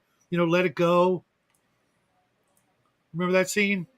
No. Hold on, I'm being distracted because Janet sent me pictures of her cosplaying as Elvira. You're a married man, James. I am a married man. They're very cool pictures. Just reminding you. She looks like Elvira, though. She did a great job. Great job, Janet. You do look like Elvira. Oh, great. I got to get out of this argument. Stupid people. I mean, Janet likes to dress up in cosplay. I dress up in cosplay. You guys have seen my cosplay. One of them. I don't know if you'd like my other cosplay since it's a World War I Prussian infantry officer. And people always think I'm a World War II German officer, and it's like, assholes. This is World War I. But most of my Death Corps of Krieg is actually World War I French uniform. Because that's what they based Death Corps of Krieg on, was World War I French. So that's why I wear that like sky blue, or as we would call it here, filled military blue coat and everything, because that's what the French wore, you know? So yeah, I'm equal opportunity. Now, if I had the money for a full setup of Black Hugo Boss, I might consider it, but then a lot of people would get mad. But for me, it would just be cosplaying some bad guys that I'm not a fan of. The problem, though, is Hugo Boss is very expensive. Even though you can get it from Pakistan pretty cheap, though. Who's singing in the background? That would be Jackson. Well, why is Jackson not on stream? That's a good question. I asked him to come join us, and he took the day off because he wasn't feeling good. As you can tell, he's not feeling good. Clearly, no. Well, you need to tell him that I need a proof of life, because I haven't seen that kid in so long. I'm not sure you haven't killed him and buried him in a backyard or something. Holy fuck. I know you wouldn't do that, though, because that is literally Shadow's pride and joy. Yeah. But you get what I'm saying, though. It's been like a year. I know you probably won't even recognize him. I'm going to go get him in a second here. Well, last time I saw him, he was tall as shit. Oh, he's still shorter than me. Well, I mean, you're tall, though. I'm 5'10". But you got to remember, though, when's the first time I saw Jack? Like 5 years ago? He's a kid. He's still a kid, but yeah, I know what you mean. Well, I mean, now he's starting to get to that age where he's not really a kid. Yeah, and when he wears his fatigues to school, I can see why no one fucks with him. You know, plus he's a senior. Yeah. But on the other days when he goes to school in a top hat and a 3-piece suit, I think they just think he's crazy. So that's another reason why they don't fuck with him. That's unfortunate because, like, if you look at the way men dressed in the 40s and 50s, I think we should bring that back. Oh, absolutely. Well, no, he yeah, but he dresses like the 1840s, not the 1940s. Well, maybe he thinks he's like Dracula from Bram Stoker's Dracula.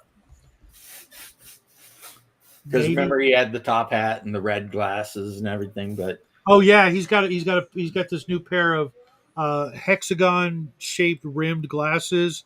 Just like, can you stand out any more? Is it possible? I mean, yes. It sounds like he's a young man and he's trying to find, where he's gonna be, and he's experimenting with, different costumes. As long as it's just the costumes, I'm fine. Anything else, not okay. Just saying. I mean, we all went through it. I mean, there was a period in high school where all I wore was Doc Martens, black jeans, and white T-shirts. Dr. Martens boots. Yep. And a lot of people automatically assumed a lot of things about me just because I always dressed that way. And then for like 2 years of high school, my last 2 years, I wore that exact same thing, but I'd always use a Sharpie marker and draw a question mark, like over my heart. And people would always be like, "What's that mean?" And I'd be like, "I don't know." But I was a weirdo, I did weird shit. Got the wig in Las Vegas. Vegas, baby. Look at this guy. Oh, my God. Jackie. Hello. You're looking good, homie. What's up? Run, Jack. Don't just run, brother. Just run. Okay, well, I was told that there's speculation that I am dead, so I'm here to disprove that. Well, I was just saying it's been so long since I've seen you. I don't know. Oh, gosh. Look at that mustache, boy. Huh. That's nice. Well, we know he didn't get that hair from his dad. That's his mama's hair there. Oh, He's got yeah. that dark hair, and he's I think the mustache is good. I don't think you really have to go full like Guillermo with it, Guillermo. But he doesn't have the beard going on. But right now you are looking like a very, very young version of the most interesting man on the earth. So maybe you should start drinking some Dos Equis when you're old enough. Dos Equis. Yeah, Dos man. Equis. Dos Equis is good beer. Okay. Like Corona is for like college kids that think that I don't know what they think. Do yourself a Really? favor. But Don't drink it. when I worked in a convenience store, the only people who brought Corona were like white yuppie college kids. And then the Mexican guys that come in from work and construction, they bought Budweiser, the red one. And then every now and then you would have a man of taste and class, and he would come in and get like a Guinness or Dos Equis. So, you know. So how you doing in school though? Everything good? Yeah. For the most part, everything's fine. I have a. Well, no, I don't think there's anything that's really I have any problems with right now. Definitely doing better than last year. Good, you know. I mean, I've known you for like a quarter of your entire life, so Yeah, kinda. Yeah, kinda, not really, but kinda. Look how you have grown, though. Your father must be so proud. Also, there are movies that I put in my thing, and I certainly want you to find time to watch them. I think you will love them. Which Now, movies? for you, the Vikings, the Made in Russia in 2016 movie, that'll be your jam because it's history and it's accurate. And the dubbing is good, so don't worry about that. But for a good time, Six String Samurai or Radioactive Dreams, I think you'll be a huge fan of. But anyway, I'm just sitting here painting red Space Marine tanks. Very small red Space Marine tanks. But very happy to see you, Jackie. I'm not going to be like you got to be on blah blah blah, but Yeah, I'm only gonna be here for until he gets back, whenever that is. okay. I'm just happy to see you because it's been a while since I see you, and you know Yeah, Oh, thank you. I want the best for you, as obviously. So it's good to see you're healthy, you're doing well. Hmm. You know, good. Good to see you, Jack. Yeah. I miss discussing conspiracies with you. Oh, really? Yeah, other than the crazy shit that went on, that was the fun part. Well, Jackie knows a lot about stuff beyond his age. That's true. No, it's just Jack, myself, and even his father to a certain extent, despite his bizarre proclamations that he would make. it's just called being well read. Well, we could discuss it from a more rational point of view, where sadly Raven would be like, "Oh, Bigfoot's a psychic and he has telepathic powers and he teleports through the shadows." And Yeah, that was a little strange, but Yeah, I've never agreed with her on that one. I always thought Bigfoot's probably just a hominid of more than unusual intelligence, and therefore, since he lives in the taiga where no one ever goes, and he's actively avoiding people, there you go. So basically, I'm saying he's maybe Gigantopithecus or something.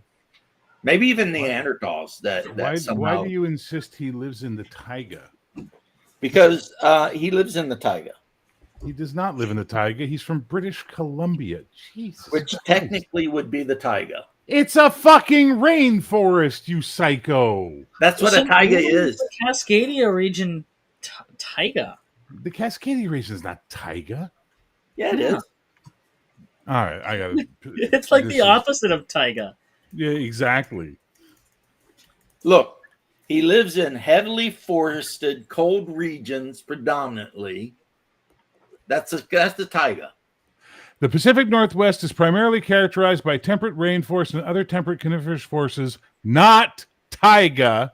Okay. The taiga or boreal forest is a biome found further north in the subarctic regions like interior Alaska and most of Canada. And most of freaking Canada. But not British Columbia, you fucking American. Except Jesus. Bigfoot has been seen not in this one. everywhere. I'm not in this one. I live too far north. I know the difference. I know the Look difference too more because I south. live it. Yeah, fuck it. Never mind. Bigfoot Never has mind. been You're right, seen James. You're right. You're absolutely everywhere. right, James. You are right. You are 100% accurate. I sir. know My I am. country, I know nothing about it. Thank God you were here to educate me. I'm glad I'm here to educate you I am too. because Bigfoot lives in the taiga. Americans. That's where he hides. You guys understand this is why the rest of the world hates you all, right? Is you do shit like this. You tell us Oh, about I am our very well aware. lands. You tell us how our countries are, and we're like, no, that's not at all what we're like. And you're like, yes, it is. I know. That's The why rest I of the hate world us. hates us. When did that happen? Yes. Oh, about somewhere around 1955. When they start forgetting the hundreds of thousands of our boys that died, so you guys wouldn't have to speak German. Oh yeah, that's right. Because Canada was in danger of being invaded, and we didn't have hundreds of thousands of our boys die in the war over there. Oh wait, no, we weren't in the war before you were we? I No, don't even think you have no. 100,000 men in your country. Oh, shut the fuck up. Shut Canadians the were fuck famous up. for their participation in the wars. Canada participated in the war, and they did a great job. Yes, we Okay, did. fine. Yeah, all right. Well, Shadwell is back in the room, so I'm gonna go. Shadwell returns. Yeah. Mm. Do Good we to see you, young man. Yeah. So good to see you, young man. Thank you. Thank you. Good to see you, sir. But Bear, Shut up. Just stop. Just fucking stop. I can never stop. I know you can never stop. It's like a disease. An incurable Kind of disease. literally. Perhaps even an affliction. He's a great kid, huh? Possibly. That's why I was trying to get gypsy tears from frickin' Connell the other night in case somebody put a hex on me, an evil eye or something. You are a hex. Because everyone knows that gypsy tears can fight off hexes from witches. No? Do I need to go break out the Malleus Maleficarum and show you the right way to get rid of witches? Well, the right way is obviously to try them and then hang or burn them. You don't have to get out the Malleus Maleficarum. I've read the Torah. I know what it says. I mean, even Moses said, What's going on with you today? Did you skip lunch today or something? What's happening over there? Someone James? get this man a Snickers. Seriously. You're not Seriously. yourself. Nothing. I am sorry. I will calm down because I'm having a great time. But obviously, Yeah, you are. interacting. Yeah, you're having a blast. with everyone else's great time. Yeah, that's it. That was that is a woman's sound that you just made. What? That was a woman's sound. I'll stop having a great time because I don't want to impede upon everybody else's great time. I'm so sorry. That's a fucking you're bitch half move. right. That's a woman sound, bitch but move. it's a specific woman sound. It's a Well, Jewish whatever. grandma sound. No. Don't Or a even Jewish think. mother sound. You Okay, just guys, go ahead you and have fun with your I'll friends. just sit here and eat matzahs by myself in the dark. How many Jewish grandmothers does it take to change a light bulb? Oh, God. I don't know. Don't worry. You go have fun with your friends. I'll sit here alone in the dark. I'll be fine. It's funny because it's true. That's so that's fucking why true. It's funny Well, because the best it's humor actually is always true. Just don't forget to eat your shiksa. Yeah. What? No, grandma's not telling you to eat a shiksa. It was a friend of mine's joke when he was a stand-up. It was really good. It was the one that killed the crowd because they didn't see it coming. Yeah, grandma's telling you to avoid them shiksas. Right? And my grandma was super racist, so I also had to avoid the roika, which is a black woman with red hair. She always warned me about Thanks, this. Janet. I mean, people don't understand it, but then again, you know, what are you going to do? She's like 85 years old. She was born and raised in Russia. Yeah, she's got some weird thoughts and beliefs. I mean, okay, fine, sue me. I'm not going to be mean to my grandma just because she has particular opinions about certain groups of people. Because it's like, okay, grandma, I think it might be time to go for a walk or take a nap or something. Yeah, I had an aunt that was well, let's just put it this way. She could have been the junior member of the or the founding member of the KKK. Oh my God, that woman. Well, Oh. my Jewish grandma's best friend was an old black lady. And the one thing the two of them agreed on is that Jewish boys should never ever marry black women or vice versa. One day, I will never forget this. My pop told me he brought a black girl home with him. And as soon as they walked in the house, his grandma and her best friend were like, get that hard R out of this house right now. Huh. And Which is weird because now it's like all the rage, isn't it? Yeah, but like I said, she was born in 1800 something in frickin' Russia. She had thoughts, and then they fled Russia and ended up in Queens. So, I mean, what are you going to do? It's like some old people just believe weird shit. That's all. They just believe weird shit. Yeah, but James, we're old people now. The wheel in the sky keeps on turning. I don't know where I'll be tomorrow. I mean, that's basically it, right? Yep.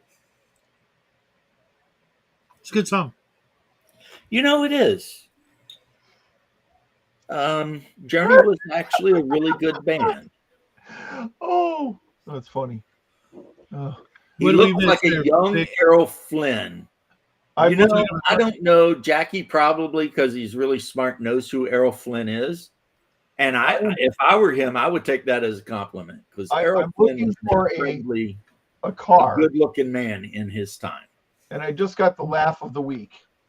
Which is somebody wants $12,000 for a 1988 Ford LTD Crown Victoria here with 73,000 miles on it.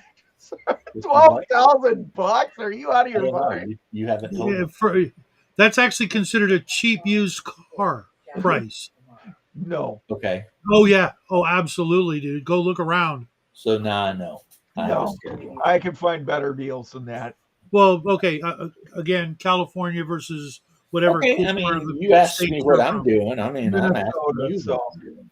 Yeah. It sounds like you're not live streaming, so I figured out what happened. No, I'm actually live streaming. Everybody can hear this conversation. Hi, boss. Who was that? That's the guy who keeps wanting me to go to Minneapolis and play games with him, and said he would like feed me and stuff. You can go, baby. I would be fine. Oh, I was telling him, you were like, I'll drop your ass right off at the airplane. Just let me know. Speaking of, please feed him immediately. Give him a Snickers or something. He's clearly hypoglycemic. That's Bear the Canadian. Oh, he wants what? He wants you to feed me because he thinks that I'm hypoglycemic and that's why I'm being a maniac. I think he's being an ass, but that's neither here nor there. Well, he said ass, not maniac, ass. Hi, Mrs. James. I have had this sugar-free Monster No. and all of my meds. Okay. Oh, that's a good mix. So yeah, but there's so many of them, like a handful. I'm full by the time I get them all down. How about a piece of cheese? A nice piece of protein. How Yeah. about that? Huh? The slab or slice your chunk Oh, up. there's some sliced I hanker for a hunker. turkey. I hanker for some crack. God damn, we're old. I think you need a charcuterie tray. A little Janet, check the Guardians Gummies, Discord immediately, crackers. Janet. I want I your won't be feedback. on forever. What did you say? I said, Janet, please check the Guardians. I lost ancestors from Canada and America. In about an hour and a half, it's going to be dark Yeah. because it's whatever. So Did you want to go to Walmart tonight? I'm going because I think at some point they're going to unlock the government. You don't have to go if you don't want to. I mean, if you need armed escort, I can go.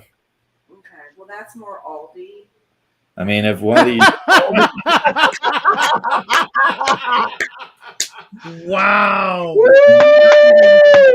Oh my lord. Shade thrown at Aldi. Holy fuck. Wow.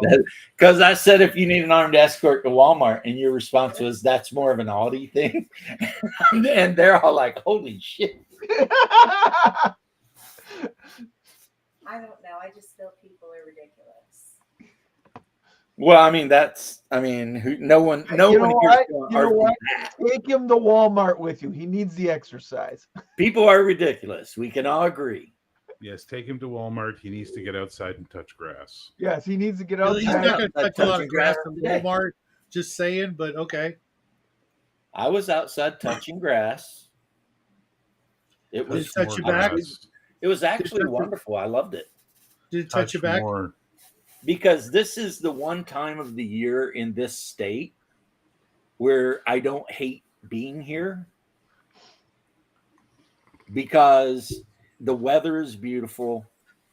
You know, the sun is out, not a cloud in the sky. It's like 70 degrees or whatever. I mean, so you're not sweating. You can actually go out and do shit around the yard, plant flowers or whatever. Here, I made this for my game. Oh, I love seeing things for your game. That's one of my favorite things. And look, there's your big booty goth favorite right there at the front. Oh yeah, I love her. I love her. I don't see my new favorite. Who's your new favorite? Star Child, I think you called her. It's not part of the team. Yeah. I saw her and I'm like, oh my God. She looks like a Christmas present that I want to unwrap. Oh, you hear that means Shadow's a pervert. Yeah. Yes, Yeah, he- that's he's very a big perverted. old Go pervert. look at her color scheme. It's red, Alright. green, and gold. Yes, Come on. which is a Karma Chameleon, red, gold, and green. Anyway, there you go. I made that for the team, for the players. We'll see if they appreciate You know it. what? You know what's sad, in a way, not for you, but just for life in general, that Mhm. these comic book things you're making are better than like the actual Marvel stuff they're making. Well, I'm yeah, gonna because it's all being made by freaking, retards. These days, yes. Here, this is the one he's referring to from the Monday night game. Tell me I honestly, maybe you should send some of this shit in. right? I mean, look at that. It's a freaking Christmas present. I don't know. That could have the Phoenix Force and just destroy reality too. Well, Yeah, I it's was a bit of getting an that vibe. homage. It's a bit of an homage to that. Yeah, I was definitely. Well, I getting mean, that hot vibe. redhead, Cosmic powers. Yeah. cosmic powers, Jean Grey. Okay, you have to go down now, buddy. You're a little too comfortable. Yeah. Janet, I lost ancestors from America, Russia, and Germany during World War II. So, Yeah, your German ancestors fell out of the guard tower. That's the problem. yeah, Yeah, well, I don't know. that is I the honestly joke have that no my idea. friend Benjamin Faber told me. And if Mhm. you cannot get more Jewish than Benjamin Faber. There you go, but a bump. I mean, for real. Shut up. He always had an issue because he was a firefighter, but his dad was a doctor. So his dad always talked down to him like, why aren't you a doctor? And Faber, they ended up having to put Faber on like mood medicine to like level him out because, his dad was our medical director. So when you had to go and test to be a paramedic, there has to be a doctor there. They run you through all these crazy scenarios. And then the doctor decides if he's going to sign off on you or not. And if he don't, then you got to train up and try again. And if you mess up the second time, you got to go to paramedic school all over again. And that's a year of school, right? And, Dr. Faber would come in and just F with Ben like it was his job. And this dude, I shit you not, he would come in like those baggy Hawaiian shorts that people wear, billabongs or whatever, and like a t-shirt and fucking Crocs with his big Jew fro kicking, right? Faber, his son, Ben, is bald as shit. And this dude would just come in and he cut his dad like the dad cut the son no fucking breaks at all. But he's a good doctor, man. He works in ER at like Orlando Regional South, which is like one of the big ones, you know. And he's like a house doctor. His whole job is to talk to you and tell you what's wrong with you. A diagnostician or something. But when I worked, you know, I worked under his license. Do you ever watch Kids in the Hall, James, back in the day? Oh, of course. Of course. Do you ever see the one where it was Dave Foley as the worst doctor that ever existed? Dave Foley. And he's like in surgery, and it's like, he's dead, doctor. Ah, jeez, another one. And then he does this whole monologue about how he's a terrible, terrible surgeon. He's a bad doctor, but he's really good at giving referrals. Yes, I totally remember that one. Quickly. Well, hey, what's up, Quickly? Dr. Faber was your atypical, stereotypical, what you expect. He was your Jewish doctor that would come in and check you out and let you know how effed up you were and then take care of it for you. I mean, that's just who the guy was, a genius. Now, did he go on cruises that were full of swingers and shit? Absolutely, he did. Because his son told me that was kind of his hobby. We needed to know this. Well, I mean, you know, people who work in jobs where like life and death hangs by a thread, a lot of them tend to be reprobates, to quote Vic, like complete reprobates when they're not on the job, you know. When they're on the job, they're super professional, but as soon Work hard, play hard. As soon as you get them out on their own free time, it's like time to go buck wild. You know what I'm saying? And they do. And I find it hilarious. But Quickly, it is a pleasure as always, sir. As always, I have to admit, Quickly is probably one of my favorite British people. I'm making a fresh pot of coffee to get you motivated. Ooh, a fresh pot of coffee. Nice. That's what I need. You do. I don't know about that. I already said my thing, you know. It is by will alone. I set my mind in motion. The juice of the Java speeds up my thoughts. The thoughts I'm with you, Shadow. I am 100% with you. Shakes, A the fresh shakes are pot one. of coffee It is really- not what he fucking needs right now. Wow. He's already antsy in the pantsy. You know how we get when we drink that syrup. Especially when you're a little diabetic. I mean, you chug down a whole bottle of freaking maple syrup, and all of a sudden, man, it's like, Jesus Christ. That would not be good. Let's just put it at that. Leth made a post. I don't really understand it, but it has something to do with an anime girl and syrup and then a giant Canadian flag.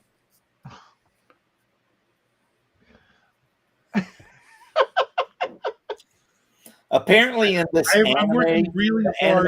the to anime find the girl's flag. name was Maple, Oh God. and they gave her a big What do I jar of get syrup, myself and all of a into, sudden bro? it's like, oh, Canada. Yeah, I'm trying real hard not to picture that. It's just a Bear was pink-haired totally- anime girl with a bottle of syrup. And Bear's looking like, oh my God, what? The anime girl's got a bottle of syrup and a giant Canadian flag. I'm sorry, Bear. I'm sorry for it. That's okay, man. It's okay. Well, as far as shit left posts, that's actually pretty good. Oh I mean, God. And the worst part is my game got canceled tonight because sadly one of the players is ill. So, and he's necessary for the plot. So I'm like, I have nothing else to do tonight but sit here and listen to this madness. Well, you can always join me tonight at 5 when we talk about Atlantis. Why would I do that? because well- Atlantis is cool, man. Well, Also, aren't you, don't you have like Omanal on for that? is one of the guests. Yeah, Like I'll get a fucking word in edgewise when Omanal's on a show, please. he's Please. been actually a lot better lately. I love the guy, but fuck can he talk. Holy, he Yeah, works in the woods because when he gets around people, he's like, all that energy I saved up with trees. Blah, blah, blah, blah, blah. You know who's also like that, and you'd never guess? Who? Cal Van I've never seen Cal on anything, so I wouldn't know. I did a one-on-one with him a long time ago. You get him going, and he will. Yeah, just don't interrupt him. He hates that more than anybody I've ever met. And My wife hates that. we should well, at least us here, we should be pretty much used to that shit by now. You'd think Considering, who we are. yeah, considering who we are and the fact that we're constantly interrupting each other because it's the only way for anyone to get a word in besides me. Well, not just that. I figure you guys probably all suffer from the same thing I do. Hey, If I don't I know I talk a lot, Bear. Would you like to rephrase that as always interrupting each other to just always interrupting you? I don't know Okay. if it's just me, That's but fair. I have to do it. Otherwise, I'm going to forget what I was thinking, and then it's just gone forever. That's the What were you problem talking with about? being an ancient vampire. Your brain starts calcifying, and I can't. I can't do all of math a sudden anymore. you can't conceive of modern concepts. And Oh, geez, don't get me started. 'cause- What is with these buttons at the corner of every street that won't shut up? yeah, because somewhere deep in your brain, you're still living as if it's 10,000 BC in Samaria or some shit. That's why I want to talk about Atlantis. You haven't quite made it to like the modern world yet. I'll haven't talk made about Atlantis. It could have existed. The Canary Islands may in fact be the tops of the mountains of Atlantis. I don't know. And I don't know what else you want to say. They were The people making the case that the Rishot structure is the location of Atlantis. They're making a good case right now. A very good case. Yeah. See, here's my thing. Having read Plato's account of it, I'm 100% certain that it was completely allegorical and never really existed. Yeah, but they used to say that about Troy, buddy, and then they found it.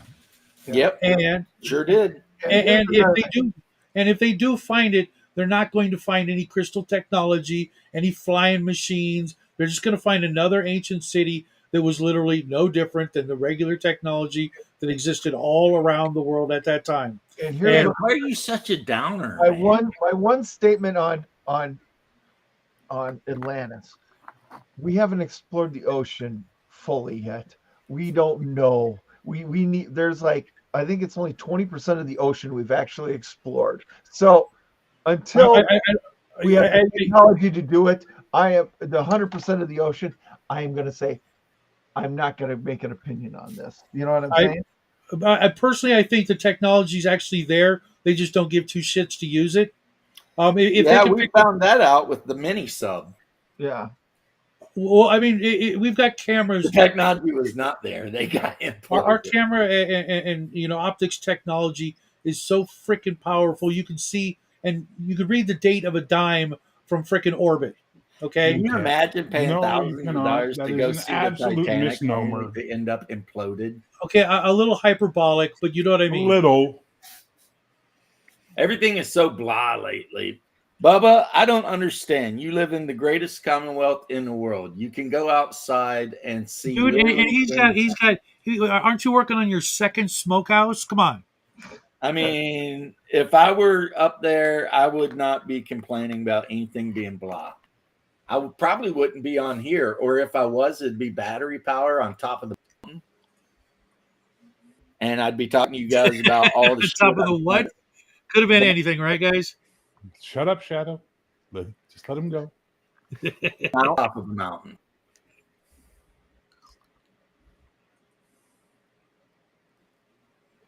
Doing that. No, Yeah, you it's our did. turn. We were fine. we're actually listening to something. Anyways, yeah. You get So I got a next Here we go. People are starting to move again. I agree quickly. I gotta think of something for an extra long D&D session coming up here. Let him go shopping. No, You're welcome. no. Ocean, we haven't explored. What is interesting when they go deep down and Uh-oh. because it's like heavy walks into it, just dies. Pretty interesting. I hope we're all back now. We're all fine. Yeah, we never went anywhere. We are great. You, on the other hand, are having internet issues. As always. Ever since they fixed my internet, it's been a mess. I don't think that word means what you think it means. Right? Well, that's what they told me they did. And yeah, then, they fixed it all right. it is They so fixed it bad real that good. I'm watching like And a we're long welcome. story. Right? Let's say I'm Strong? watching one of my long stories about humans, knocking up purple women or something on YouTube. Sometimes the whole screen will just turn into like streaks of color because YouTube is not loading. How come your stories are so much different than my Nana's stories? Because your Nana has her own life experiences and everything. No, I meant stories were like soap operas, and you're watching the freaking, They are soap operas. I know they're soap operas. I call them my stories, okay? I'm like, look, it's And about that's what time they for me to call go watch my stories. All right? Uh-huh. Whatever. I think I'm going to do a radio show tonight. I think that's what I'm going to do. Oh, awesome. Play You can play talk about some my music. stories. And talk about James's stories. That's what I'm going to do. I'm going to talk about James's stories while I do my radio show. Hey, I like them. I don't care what anyone thinks. Oh, we know. We're aware. I am a natural born romantic. And if there's anything I love, it's love overcoming tons of difficulties. When was the last time you hung out with Hungar? Yesterday. I hang out Yeah, with him every day. I think you should hang out with him a bit more because his insanity tends to tamp yours down. But like as you get further away from time with him, you take over. God damn it. I mean, I hate when you might be actually right. So that just means I need to like send him a message and be like, WTF, where you at, man? Well, I won't say it online, but I would have said it to him. Oh my God. Okay. I was running one of my fucking heroic games, right? And there's one of the characters, his name is Dogman. And he's based on a bouncer I used to work with named Sugar. And Sugar was an old, like at the times, it was in the 90s, was an old pimp, right? And ex-boxer. And Sugar would die like this. When Sugar died, but I don't know what we're going to do home. We're going to have to go fuck those N-words up, right? But he wouldn't say N-words. And I was so in the character at one moment being Sugar, I dropped an A, not a hard R, but an A N-bomb in his speech. And I was like, and I just blinked and then kept talking, hoping no one fucking noticed that I did that because it was I think they should notice, though. I mean, that brings up an actual interesting role-playing topic. What do you do if you're role-playing a game, say it's a street-level gang or something, heroes, and you run into a character based on Sam L. Jackson? Sure. Would it be appropriate for a white man to drop the not the R, obviously, but the A, in context of that's just the way the dude speaks? No. I think yes. Yeah, I'm gonna have to go with No. say whatever the hell you want in life, and if you have to, pay for it, you pay for it. Or, decorum. Crazy idea. I know it's insane to Americans, the idea of maybe holding your tongue every now and then thinking what of you're other talking people. about is why Canada's fucked. It starts little. No, that's not why we're fucked. That's not why we're fucked. Okay, there we go. Tell me how my country works again. Because it started little with we're going to be full of decorum and we're going to follow speech rules, and the next thing you know, you're being ran by Castro's son, and everything sucks. And before your hockey players can even sing the national anthem, they have to, recognize that they're on stolen land. Yep. Fuck that. Yep. Absolutely. That's what being considerate of other people's feelings leads to. Absolute woke. Yeah, I don't fury. want to be Let me ask considerate you a of other question there, people's Bear. feelings. Go Fuck for If it. it. you were Bear, if you're doing the same thing, but you're writing a novel, right? Yeah. Are you not allowed to, write honestly the same way? And drop You those know what? bombs? Now listen. There's two schools of thought we can look at on this. We can look Mhm. on the it's writing today or writing 20 years ago, right? Today?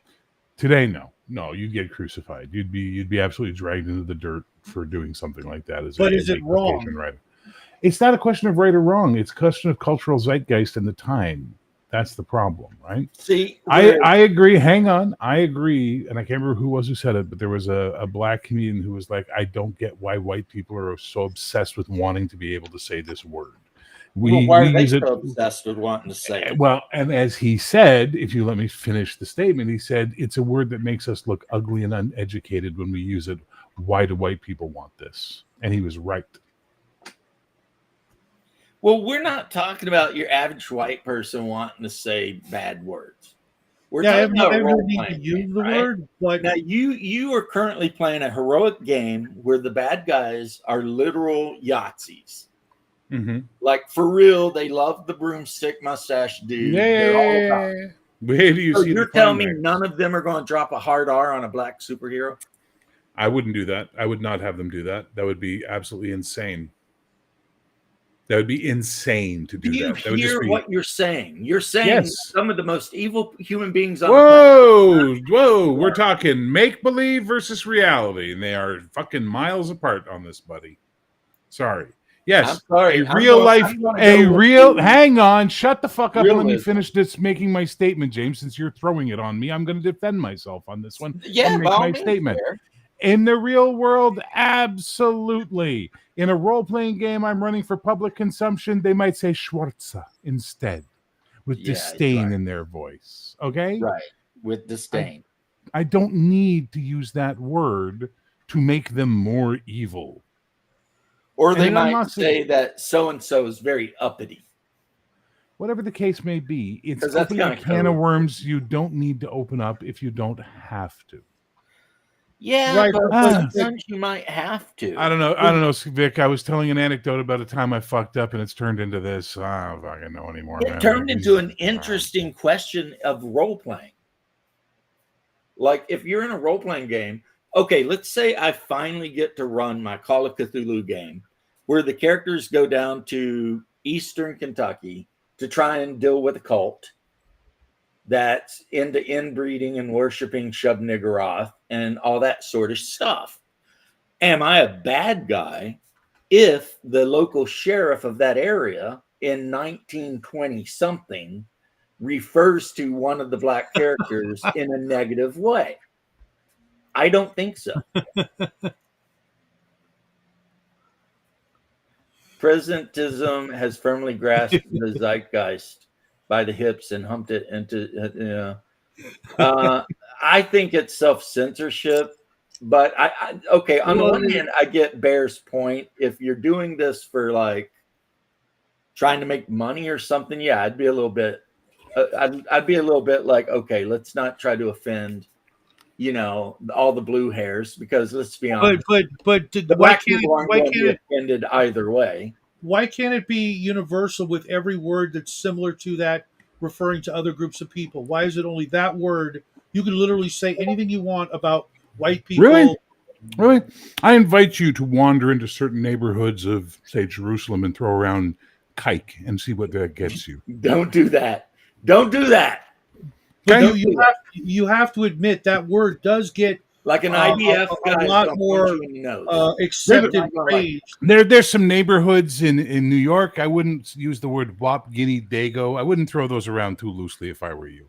Not unless Right, you think with them. I've never seen anybody canceled in the last 20 years for using those There's words. a Who gives a fuck? hey, So hey, what? Fair play. it's the thickness of your skin, guys. I mean, come on. You just said Dago. I'm a goddamn Italian. I care less you said the word. I'm a Mick. I'm a Like- fucking Mick. Okay, I don't give a Right. fuck. See, This one's you say sensitive. it wrong when It's you say it, Bear. It's not Mick. It's potato-headed fucking Mick. That's how you're supposed to say it. I grew up hearing that word as well, but Anyway. it just seems weird to me that well, word it is what it is, and we have to live in this world. And we have SOCKS. two choices. Well, And only we for a have little two bit. choices when we live in this world. We can live peacefully, or we can be shit disturbers who stick our cock in every bee's nest that comes along, and then whine when we get stung for it. Take your Yeah, pick. but see, my only disagreement with you, because I agree with you in principle, but I disagree with the shit stir thing. Because if I'm telling a story of Protecting the brand. 1920s, the South, and there's Wow, some Bubba. racist bastards that maybe even drop that hard R on somebody, right? I think I've That's said that not word me like stirring 4 times shit. in my life. That's I me just- representing Ooh, the era Vic. correctly. Vic, you're being told you eat pineapple on your pizza. I don't know. Oh no, What the fuck? no. What? There we go. Pineapple. As a matter of fact, that's a Canadian thing. It's Toronto. sacrilege. Actually, Hamilton. But anyway. Yeah, It's actually delicious, and I don't care what you put on your pizza. Put whatever the fuck you want on your pizza, because American pizza is not Italian cuisine. It's fucking American pizza. Put I know. fucking M&Ms on it for all I give a shit. Well, it's New York food because in Yeah, Italy, I don't have to it's eat it. Therefore, I course. don't give a fuck what you put on it. right. Just My only point with that is maybe for realism's sake, you might do it. Okay, but I'm not doing a realistic game. I'm doing a fucking superhero game. Okay. Okay. So, Yeah, I don't so you know remember what? the The realistic Nazis game. might Give it a say break, guys. Juden. You know, they might say Juden. Juden. Okay, do you understand? Yeah. It's an alternate universe. Let's come on. Jesus criminy. And I know, listen, I feel you on this one, Vic, 100%, but these two got their teeth into something that's a pet peeve for them, so they're really excited to talk about it. Do you understand? Oh A pet man, peeve? it's such a and that's what I try to bring out when these how do I want to say these insane Clown posse. whatever. Yeah, these clowns come up. What? These clowns come up and say, "You can't have that in a game," and I'm just like, "It's an alternate universe. Why can't I?" Listen, if it was a Just game the I was passerby running, agrees with Bear about the pineapple. Oh if it yeah, was absolutely. if it was It's a not complete game, without- if it was a game I was running at home with my friends for just us, yeah, maybe. Who knows? I don't know. I've never been in the situation where I've had to. But when it's something for public consumption on YouTube, maybe I should be a little more sensitive about that. Well, because maybe you'll get banned. I don't give a fuck about that. But I have actual black people who watch the shows. Maybe I shouldn't be trying to offend them. Here is my Because issue. and then sit back and go, my free speech. Because that's the No, dumbest no, fucking see, argument. You're assuming the worst situation because maybe the black people who watch your show understand that you are depicting a different time and a bunch of evil bastards. Well, I just thought it They don't interesting take it personally. that it came about, organically when you said it, and sometimes it might be appropriate to depict an aspect of your storytelling. You know who the only people that would yell at Bear for doing that are? White liberal women that live in Ontario. Right, those are the first people that got to go. I mean, actual black people who are into like role playing and shit probably would say, well, that is what a Klansman would say. I don't like it, but then again, I'm going to shoot this guy in the face with a shotgun anyway. I have, I run the Greyhawk in the Scarlet Brotherhood, and they are, even Gygax said way back Well, when. they're the Yahtzees. Look at their symbol. Look at their symbol. It's literally a swastika. Anyways, they don't care about anybody unless they're exact same, you know what I'm saying? And yeah, they got to be so Louise, which are the tall, kinky-haired blondes. right. So it just, and I have a black guy that plays in my game and stuff, and I'm just like, he knows, he's read the history of Greyhawk and everything else, and he's just like, I totally expect that kind of behavior out of them, So, See you know, that so I I don't. assume the role of these of because I'm the DM, I'm assuming the role of the Scarlet Brotherhood, and I've got to act like what they would act like. You know what I But mean? does the Scarlet Brotherhood really give a shit about the brother's character? I mean, the brother could be playing a Celoise fighter, in which case they're going to be like, "Yeah, you're good." No, he never plays something like that. He always plays like, I'm a dark elf, I'm this, I'm that. It's just like, Well, if oh, he's a dark elf, then his character deserves to die. well. But you know what I'm saying. Can't Look, argue with that. I'm sorry. I'm old school. If you are a drow, you die. Yeah, well, I'm not waiting around for you to explain that you become a ranger and fled your house and blah, blah. No. Just like orcs. If I see you and you're an orc, I'm putting an arrow in you. You're right. going to die. But no. What we're talking about doesn't even apply to fantasy games because what we're talking about never, ever happened in Greyhawk. At no point in Greyhawk was there race-based slavery and all kinds of bullshit like that, right? That happened in the real world. So the only No, way, it was economic-based slavery.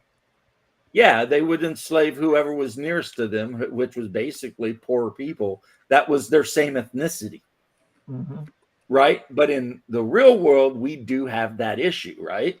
So if you're playing a modern game set in the real world where these things did happen, then yeah, maybe a group of Klansmen that jumps a black dude might use some harsh freaking terms. You ain't got to say them if they make you and your group uncomfortable. Or you could, because that's what they would say. It just really depends on how realistic you're trying to, and yeah.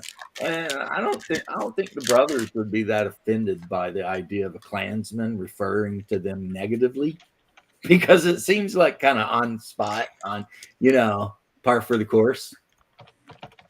Not that I think the Klan even exists anymore. I think they all just died out or something. But regardless, and the Yahtzees talking about how they want to, what do they call it, Uden free or whatever. They want to like wipe out all of the Jewish people in the whole country. That kind of comes along with the freaking weird skull and the beautiful black uniform. So, X-Card, blue face smiling. I think you're right. I've never heard of Dragonborn History Month. Right. And the thing is, in actual ancient history, before we developed the technology to actually move long distances and large cargoes, people enslaved their neighbors. So if you were German and you enslaved a weaker German tribe. It was only after we got big sailing ships and shit like that we started, Importing shipping them? Africans all over the freaking place, But so I don't know. In the end, I guess I agree with Bear. If you're not comfortable with it and you think it's not for consumption, you're right. You're right. But if I'm running a game for my personal crowd and one of the players in it, well, I play the black guy in Mansion's Madness all the time. But if like some racists call me some racist names or tell me to get to the back of the bus in 1924, I'm going to be like, fuck those guys, but it is what it is. What am I supposed to do? And yes, my brother and I play black guys in Call of Cthulhu. I play the trumpet player that can see ghosts. His name is James Culver. And he's a blues guy from the Delta. But for whatever reason, he's up in the New York area right now. And I get treated like shit all the time. But you know why? Because it's 1920 something. Right? So, yeah, it is what it is. Of course, there's probably someone out there right now being like, you're a white guy. You shouldn't play black guys. It's like, then you shouldn't play elves and half-orcs. Shut up. I can play a black dude. They're humans. I'm a human. Whatever, but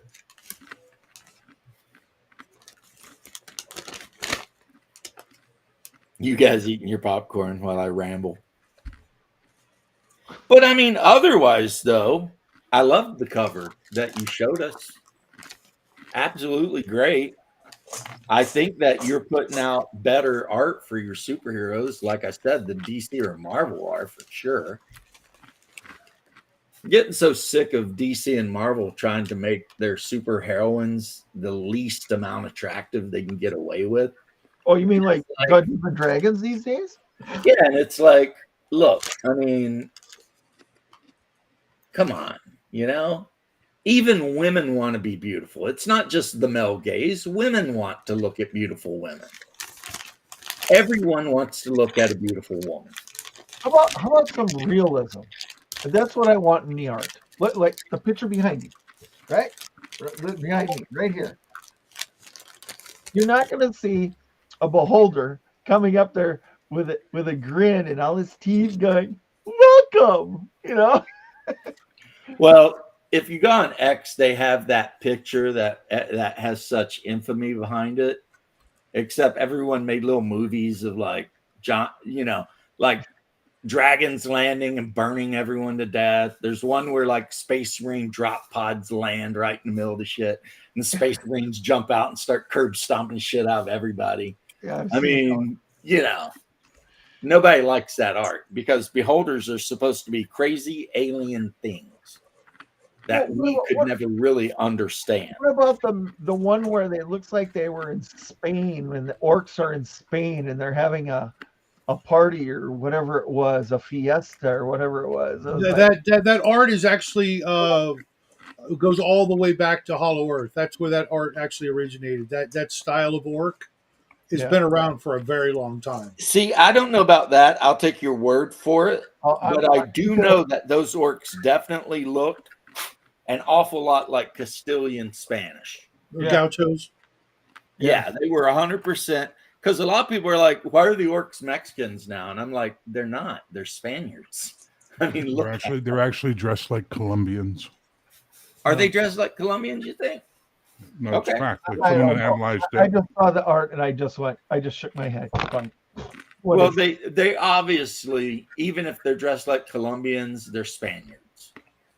No, they're not. Yeah, they are. Colombians are Spaniards. Hispanics are Spaniards. Latinos are North American mixed with Spanish, or Western world mixed with Spanish. Mm-hmm. So Hispanics are Spaniards. Okay. I mean, No, it's just this thing. Everybody goes, the Hispanic this, the Hispanic that. I'm like, you talking about Latinos and Latin America? Stop making them think even they don't want to be compared to Spain for the most part. I don't know why. I hear Spain is beautiful. Because they see Spain as white people. Well, I mean, that would be true. They are Europeans. Yep.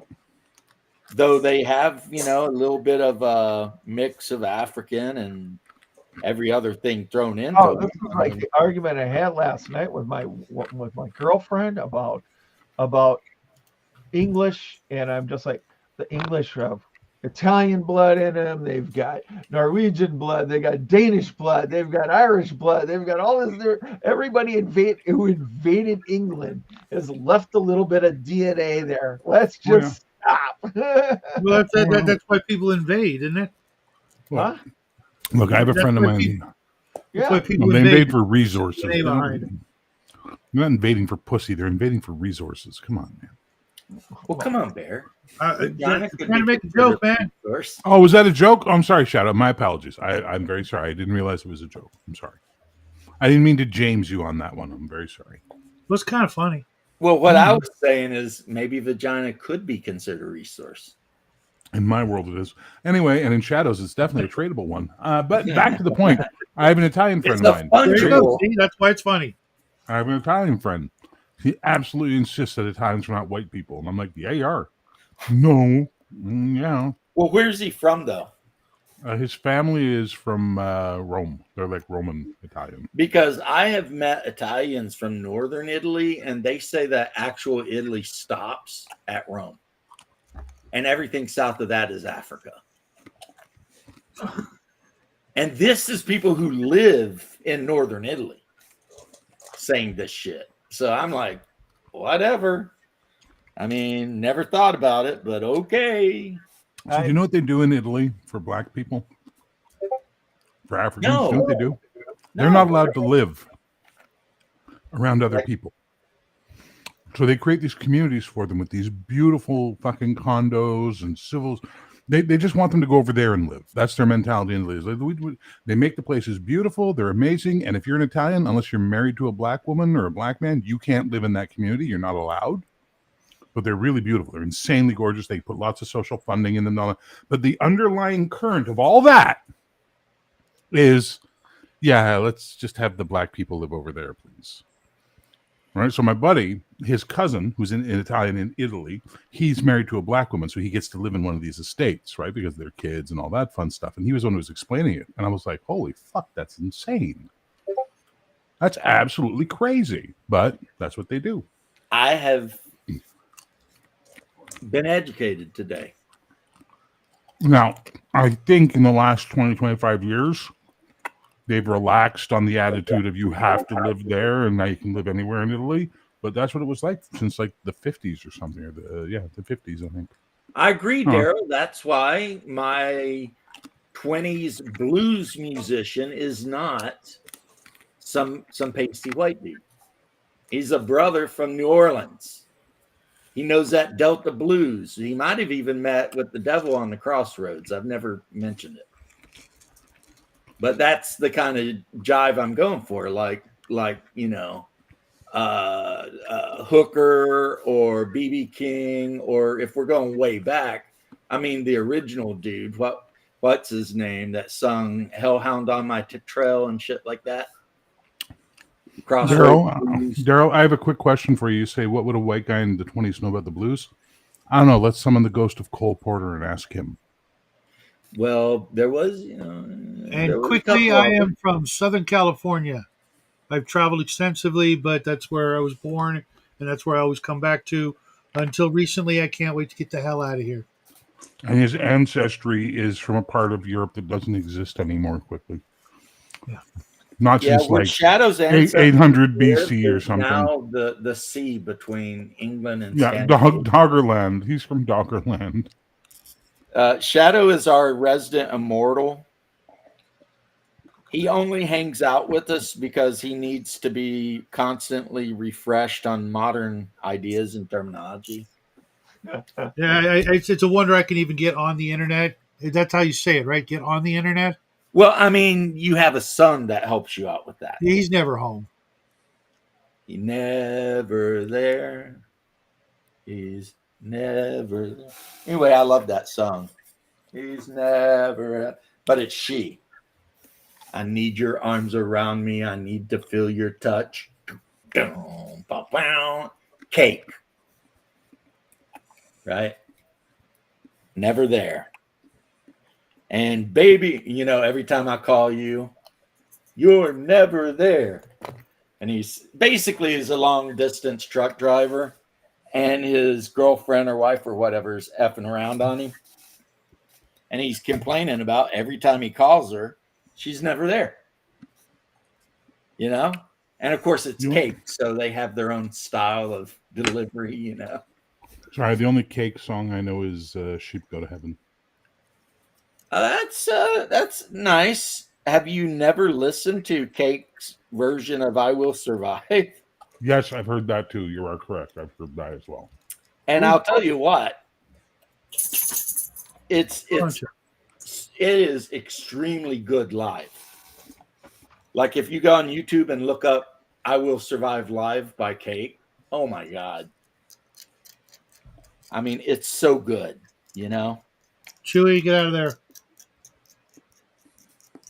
But the dude, the lead singer of Cake, for whatever reason, he's just got that delivery that is it's weird, It's like he doesn't try to stay in rhythm with the music, It's like the music's going on and he's just like doing his own thing there, right? But I'll tell you what, underrated guy, the bassist for Cake. That guy kicks ass. He is a great bassist. I've never heard of them until this very moment.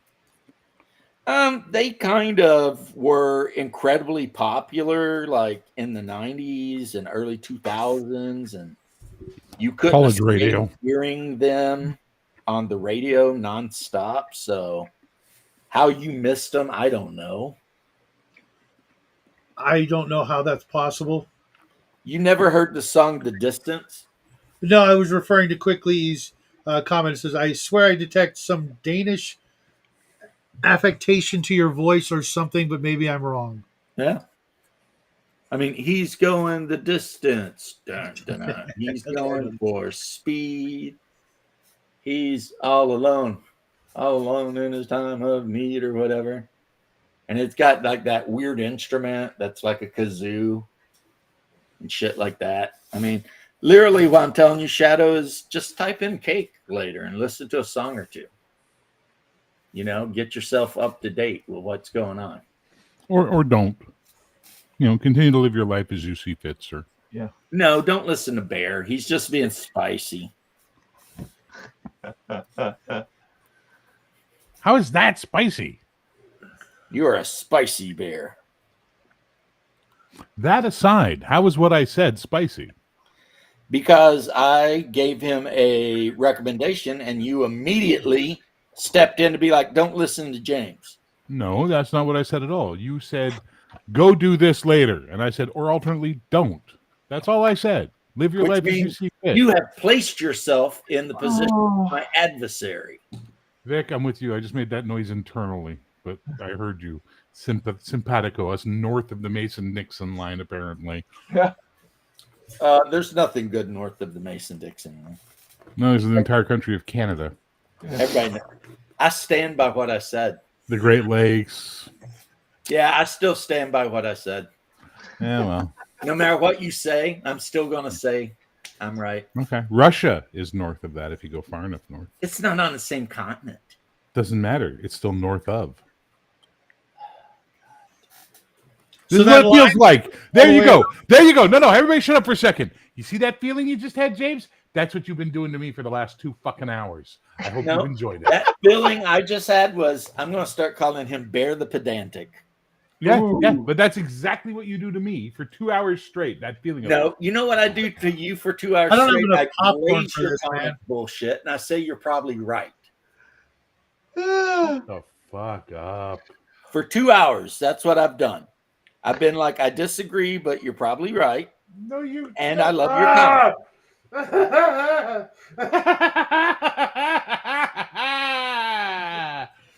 I think you finally triggered him, James. Dress up like a bat so I can slap on some fucking clown makeup and hunt you.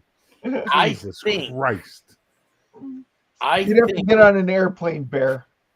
I'll do it. or at least I hope that Canada has a very good mental health system because It does not. They will offer me to kill myself instead. Well, don't do that. Hey, though. don't kill yourself, Bear. I Sour don't want James and Spicy Bear the musical. Can I get The Weeknd to be me in the musical though? Because I love that guy. I mean, you gotta respect a guy who wakes up one day and says, "I'm going to write a bunch of songs about how much I love cocaine." Yeah, And then that's the walking definition of the word respect right there. I mean, hey, Live your dream, man. I mean, he loves cocaine. He wants other people to know about how awesome cocaine is. He wrote a whole album about it.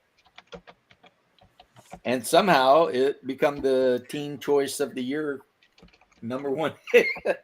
Did you hear about that cocaine bust in like God, where was it? Your Like basement? some high up government officials. Massachusetts, I think, isn't it? Yeah, that was crazy. See, I'm not necessarily opposed because if they did a little coke, maybe they'd get something done. Yeah, more coke. Yeah. That's fair. Maybe cocaine is That's all the they're getting actual done. answer to the problem. I mean, you get Turtle frickin' what's his name from Kentucky. Maybe his issue is he needs a bump. You mean Mitch McConnell? Yeah, and he can get his job done then if you give him a bump or two. You know what I'm the saying? guy doesn't even know his name anymore. Thus, give him a bump or two, man. Oh, just help him shuffle off that mortal Now, coil bear in a mind, little guys, quicker. I say everything I'm saying as a person who has never, not even once in their entire life, did cocaine. I mean, but I do understand that almost every single one of my favorite songs was written by somebody who was doing copious amounts of cocaine. Can I tell you a funny story involving cocaine from when I was a bouncer without it turning Let's into a hear it. political discussion? Yeah, sure. I was I working can't at a answer bar. that until I hear the story. 95. I was working at a bar in Vancouver, and these guys went into the bathroom, and white guys, like almost like proto yuppie type guys. You know what I mean? Like, they're one step away from flipping their collars. And I noticed them going. I didn't think about it. And then my buddy, comes over and he goes, "Hey, those guys have been in there a long time. We should go check it out." I'm like, "Yeah, all right, let's fucking go." So we walk in and we see the three of them have stuffed themselves into one bathroom stall. So Av goes into the stall beside and stands up on the toilet so he can look down. Meanwhile, I know how to use the door, so I just pop the door open. They think it's not gonna, it's open. We know this door. As they've got on the big toilet roll, 4 fat lines of blow laid out, and they look at us like, "What the fuck?" As Av leans over and goes, Oh, and shit. Yeah, and it just goes like a cloud. Their faces fell like children who got a box that said Nintendo and opened it up and found school books and socks. They were just like, oh. They were so sad. That is 2 great things I've heard from you then. Why is that? I know what my nephews and nieces are getting this year. Oh, that's mean. A box that says Nintendo, but it's just full of books and socks. Well, no, when my brother really aggravates me, one year I bought all of his kids Aztec death whistles. And then the year before that, I bought them all like clarinets and harmonicas. Or not clarinets, recorders and harmonicas. Oh my God. We did the same thing with tamarines and maracas and shit. And a year prior to that, we found this toy machine gun, right? That not only had batteries that made it like, it was like a chain gun, so it would rotate and make noise, but it also was a roll cap, those paper caps Yeah. back in the day, and it came with like thousands of them. So you put the caps in, so not only is it rotating and making noise, but it's also making the cap noise, and sent them off on their merry way with those giant pixie sticks. Yeah. The big plastic. That's tube. beautiful. So once upon a time, when it's going on, it's a fun smell. God. Once upon a time, Shadow, I had plans on a Friday night, but my one of my sisters, Kim, decided that no, she wanted to go out and do something. Showed up at the house. I was home visiting from college with her kids, and went, "Hey, you're watching my kids, 3, my nieces and nephews, love them to tears." But she's like, "You're gonna watch these kids tonight because I'm going out." And I'm like, "I have plans." She goes, "Well, too bad. Your plans are less important than mine. I'm going out." And she walks out of the house. So now I'm stuck with these kids. So guess what Uncle Bear did that night? Coke. Hey kids, chocolate. Who wants lots of candy? And hey, do you like scary movies? Oh yeah. So I pumped them full of sugar and made them watch like 2 scary movies in a row. So by the time she came to pick them up, the sugar was just cresting, and they're going to want to go to bed. She's going to want to put them to bed, but their heads are full of fucking Freddy nightmares right now. See, guess who was the coolest uncle ever, but never got asked to babysit again? You. Geez, James. What are you jaming me for? The Coke? Give it to the government? That is what my ex-wife did to me.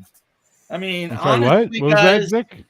My ex-wife once pumped the kids full of Mountain Dew and sugar and sent them to my house. And I was like, oh.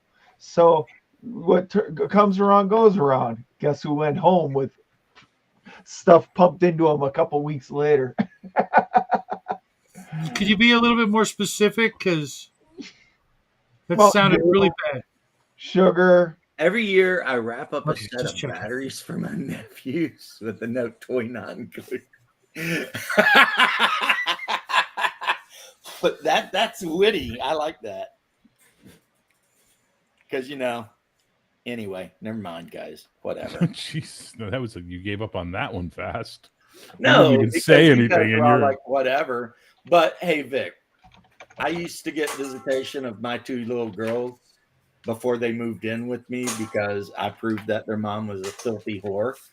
And I would, on the way home, because of course she had to move like an hour and a half away from us. Uh, Me and Hungar, because I would never be allowed alone around her because of how much of a lying whore she was, right? So I always had to have a witness, whether it was Haas or my best friend Marcus, right?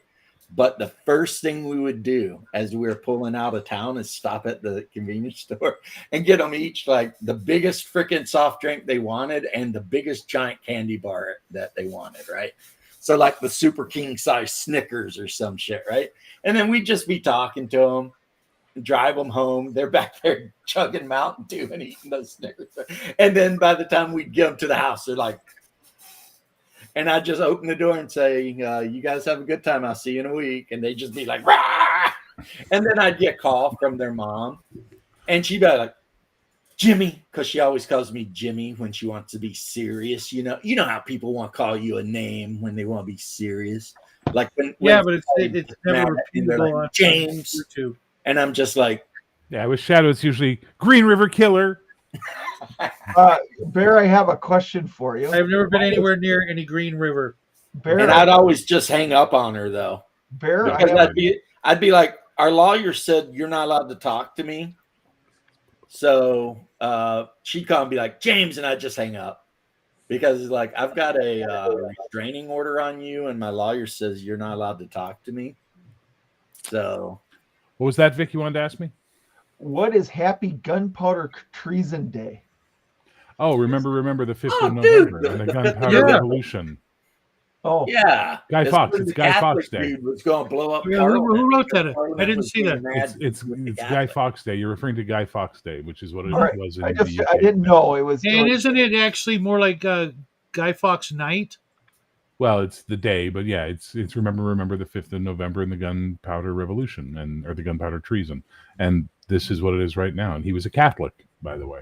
Yeah, Okay, I didn't know because England was oppressing I Catholics. was like, okay, I'll ask the resident Canadian expert here. I know. So He is literally it's not Canadian, it's British, but that's okay. And he is literally the dumbest fucking revolutionary to ever be celebrated because he got Well, I caught mean- before he could execute his plan. If you're going to blow up some shit, don't write letters to people letting them know when and exactly how you're going. Oh man, I've been doing it wrong all this time. And that's kind Shut of your mouth, serial killer. He like I've never wrote killed any letters serial to his sister and to friends, and like this dude was just like writing all these letters and shit about what they planned to do. Listen. Shadow's becoming such a hardcore Catholic. He goes to the grocery store and condemns Fruit Loops.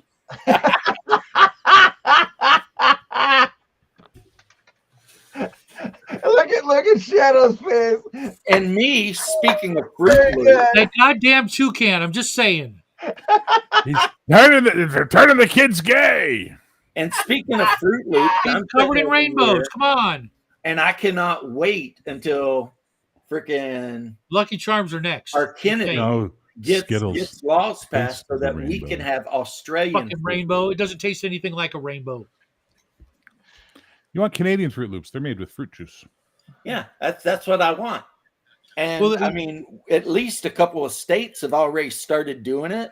Yeah, And but you I'm don't want hoping that Bobby because Kennedy along with that Get that comes. shit done, But so we can have Fruit Loops you that are don't- actually you don't made want with that. stuff don't that want won't that. kill you.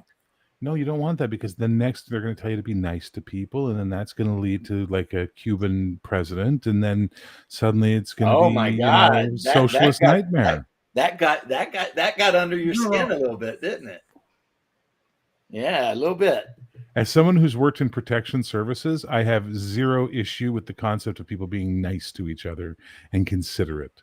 I agree with you that when the government starts mandating what is considered nice, we've gone too fucking far. But when we first introduced the idea of hate speech laws in the 90s, they were reasonable. You couldn't walk into a gay bar and start shouting fag and punch people in the face, that kind of shit. Well, Now here's the thing. the joke's gone to hell. But you guys took it to hell before we did. We just followed your fucking weirdos' lead. Here's the thing, right? If you walk into private property and you start calling everybody fags, because maybe they are, right? The person who owns that club has every right to have your ass arrested and maybe even beat up, because I don't know how the gay people in Canada are, but some of the gay people down here in Florida are ripped, and I wouldn't want to fight them. You know what I'm saying?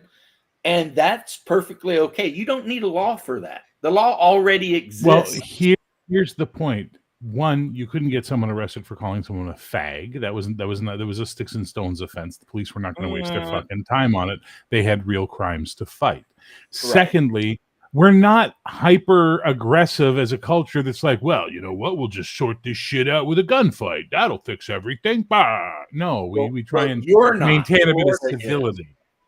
Yeah, Florida is, but Canada isn't. So we felt the need. Listen, I have one of my dear friends was my roommate for a while. He used to work for the Weather Network as an editor here in Montreal. It was would be what we would describe as metrosexual before metrosexual exists. He was a well-dressed, slim, good-looking man, right? So a guy who actually took care of himself. We should all straight be as right? Straight as a fucking arrow. Okay, he lives in Denver now, married, got kids, great guy, love him to tears, miss him. He was a great roommate. One night he was waiting for the bus after his work finished at 2 a.m, and a pickup truck stopped, middle of Montreal, middle of the city. Pickup truck stopped, and like 5 guys got out and beat the shit out of him, calling him fag the whole time at a bus stop. That's why we brought hate laws. I wonder if those guys actually thought he was gay, or if they were just a bunch of dudes that were jealous that he was so handsome and they weren't, and they just wanted to and they were attracted to him because he was so handsome, so that manifested through their fist. Like, hey, dude, you're joking, but you and I both know. I know. A lot of the biggest anti-homos on the planet are dealing with their own homo demon. I understand that. The point is that they're trying to overcompensate. The problem is that they overcompensated through their fist into an innocent person's head. And my answer to you is that is already super illegal. They should go to jail, obviously. But saying it's a hate crime, well, obviously it's a hate crime. They're beating a guy up. Right, but if we didn't have a law in place, all they could get them for was assault. But by making it a hate crime and a social disruption, they could get them for something thicker, something heavier. I think the assault should be enough. It's not. That was the problem. Now it is, but then it wasn't. Right. Well, why can't you just make the assault penalty stiffer? Have you been paying attention to what the government in this country has been like already? Well, not just yours, ours too. I mean, you know. Like they've been they've been handing down soft sentences. There's something in Vancouver, the same 17 or something repeat offenders have been responsible for like 2,000 fucking crimes over the last year between them, and they keep just getting released because there's this whole promise no bail release. And we got New York. Look, I support Mandami being the fucking mayor of New York for one reason and one reason only. I've always wanted Escape from New York to be a reality. Well, it's going to be. It's going to be. They're going to go and put a fucking wall around that Manhattan Island. Little did we know that it was the other 49 states that were going to put up the wall, not whatever it's going to be. And I love the one meme I saw, which was real estate brokers in Florida reacting to the Mandami wind was hilarious. These guys all like, we're about to sell some houses. Was that one black dude like by the tree, like rubbing his hands together? That would be good, actually. Yeah. What was it? What's his name? The governor from Texas also did something pretty reactionary. What was it? They were going to charge them, people coming in from New York, like some sort of tariff or fee or some such. How about instead of charging them a tariff or a fee, if they're relocating from New York to Texas or Florida or wherever the fuck they're going to get away from this socialist nonsense, why not have like a bunch of people meet them at the border and give them a hug and welcome them and a fruit basket of all the delicacies of the state? And if it's Texas, a gun. Like, here you go. Welcome to Texas. That is a delicacy, all right. Yeah. Here's a basket of burnt ends and a fucking 45. Welcome to Texas. That is kind of what we do in Florida. Actually, made a job offer to all the New York City police officers. I believe it. I believe it. See, that's what we do in Florida. We've got a sign that says, "Please don't New York or Florida." And you know what the studies have shown? New York immigrants into Florida have become more right-leaning than some of the actual natives, because they're like, fuck that place. You know what I mean? And as soon as, I mean, you got some old Jewish guy that used to live on Long Island his whole life, and now all of a sudden everything's fucked. He knows what happened. He comes to New York, or he leaves New York. He comes down to Miami Beach. He is not voting for a Democrat. Don't worry about it.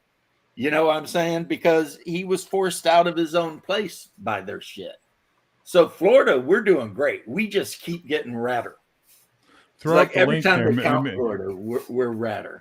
Throw up the link if you don't mind. See if Mr. Max wants to join us. He just wandered into the chat. Yeah, he's allowed. I mean, and then you can feel safer because up, you'll Mr. have Max? a countryman No, he's French. I won't feel safe. He's a good guy. having your back, right? I won't feel safe. If at we all. start talking shit about Canada, he'll be like, hold on now. Yeah, see, Jeff, the thing is bringing the socialism down here isn't a thing that's happening down here. Now, Texas, maybe the Californians are bringing their retardation to Texas, but that shit ain't happening in Florida. Okay, Hey, I'm bringing a remember- completely different kind of retardation to Texas when I get there. And the serial killing numbers are going to go up. That's going to be fun. Yeah. I'm ruined pretty good. Colorado. I'll make it look like accidents. They already ruined You got- Colorado. I remember Yeah. Colorado 25 years ago. Great. Yeah, place. that was Californians. I remember Yeah. when I went to California in the early 2000s. I loved it. Like all my When I went to friends, all my California- friends who would go to California, like all the actors, they'd come back and go, I fucking hate LA. I went for a week. I had a blast. I was in Santa Monica. We were running all over doing a video game. It was running all over, like we're driving up in the hills and everything, going down to Hollywood to do shopping one day. I had a fucking blast. I had my favorite strip club experience of my life in California because they had banned smoking. And I wanted to have a cigarette because I was a smoker at the time. And they said, oh, you got to go outside and smoke. And I said, okay, I'll go outside and smoke. So I went outside to have a cigarette. And one of the strippers came out and sat down beside me. She's like, do you mind if I have a cigarette? I'm like, no, absolutely. Here you go. And we just started There you talking, go, whatever. guy. I'll see you later. Take it easy, Vic. This Vic. Mexican guy, this old Easy, Mexican guy comes walking up the road. He's probably in his like late 40s, early 50s. And he looks at me and he says something in Spanish angrily. And I just went, no hablo español. And he said something else and he walked off at a huff. And I looked at her and I went, do you speak Spanish? She's like, no. I'm like, that guy was really mad at me for some reason, and I don't know why. That was my favorite experience in California because it was so weird. That and the cab driver who wouldn't let me out in South Central. Middle of the day, I took a cab to South Central. Well, that was the thing. I was down. We were talking the whole trip. This is right before he dropped me at the strip club, and we're driving through South Central, and it's just like the movies. Look, there's the cars without wheels. Look, there's the can with guys standing around it looking. And I said, cool, let me out. He goes, no. I said, why not? He goes, look, you're a nice kid from Canada. You came down here. You saw what you wanted to see. You saw the show. If I let you out, those assholes over there are going to murder you and take your shoes. So you saw the show. Now let me take you over to West LA and drop you at a nice strip club. And I'm like, Right. okay, that sounds nice. Thanks. Yeah. But I loved Not getting California. murder sounds great. No, but I had a great time. I loved it. Everything I saw was good. The food was mediocre. Your beef has a weird taste to it. It's too much antibiotic in it. It's got a weird flavor. But otherwise, I loved it. Now I see what's going on in California. I'm like, oh, God, no. I would never want to go to California Georgia, now. Jeff, is Atlanta. If Atlanta would straighten the F up, Georgia would be beautiful. But I mean, even in Florida, our major cities are purple, but they used to be blue. Now they're purple, and there's this constant slide in Florida towards more and more right wing. It's like the more rights they give us to carry guns and shoot people and shit, the more right wing everybody gets. It's amazing. I don't get it. An armed society is a polite society. Well, I have been to Canada, and I'm going to tell you something right now. It's way better than California, where I've also been. It has been. It's not anymore. We've got In the lots of 80s, problems. that's when I was there. Oh, I no, was the in 80s. California in Whoa, the 89. 80s was our prime I was time. in Canada in 89. I loved Canada. The people were Yeah, we were Yeah, awesome. I don't know that I would compare 1980s Canada, 1980s California. Why I not? only have these experiences. What did you think? We were living in igloos and riding reindeer? No, What do you no, think was no, no, happening? no. Just uh, 90% of the shit that's wrong now didn't exist, and California was the place to be. Nah, I didn't like California as much. Really, No, I loved Canada though. I mean, you weren't into clubbing or anything like that, I guess. dude, back in like 88, 89, in like Windsor and places like that, the clubs blow California fucking away. It wasn't even comparable. Now, hang on. Think about Canada, so I this. don't know. Think about this. At the time you're saying that about Windsor, Montreal was the fucking city in Canada for partying. See, I never been to Montreal. They called it Sin City North at the time. Like that's what But we let were. me tell you about strip bars where like the women wore nothing. Yes, welcome to Montreal. No pasting. We've never had no Montreal. Full We've never had nudity. we never had those stupid laws in Montreal. Throwing And we- dwarves at Velcro walls. Listen. Cheap James. beer. I mean, the James, beer was James. so cheap. It was like, and good beer. Cheap. James, listen to me. Yes. A table dance in the 80s and 90s in Montreal was a $5 per song deal. That's what you paid the girl, and she grinded on you, showed her your business. All that was fun. Guys go spend money, have a good time. But there was this little known thing in Quebec at the time and in Montreal called La Danse aux 10, which was the $10 dance. And I'll let your imagination fill in the rest. Well, I will. And that happened in every fucking strip club. As It an was American, I got more free dances than Mhm. anyone ever should Mhm. in Windsor. Because the girl would be like, "Oh, you're an American. This is your first time up," and of course, it always was my first time up. Always. And they'd be like, "All right, let me show you something about Canada." You Well, know? same thing. Okay, so same thing happened to me in LA when I was at the strip club in West LA. Oh, you're from Canada. Have you been to LA before? No, my first time. Oh. And next thing I know, what I would have to pay $20 for in Montreal was included in the dance. It was just. And you know what else was awesome? None of the Canadian dudes in the bar wanted to beat me up. I never felt like I was in danger. Everyone was like, okay, I know I mess up but there was a lot of flannel. I will admit that. There was a shit ton of flannel being worn. In Ontario, But, of course. You know, sometimes people would freaking even, "Oh, you're from America, eh?" And they would buy me a beer. What? They'd be like, "You're from America, eh? Okay, cool." And they would just be friendly and nice. And then you could go get some greasy thing to eat afterwards, or you could go to Timmy's and get, diabetes. I mean, it was just awesome. So now, I'll tell when you I went to California, I didn't like a single minute of it. I didn't like the people. When did you go? Like the way they acted. I didn't like the traffic. I didn't like nothing.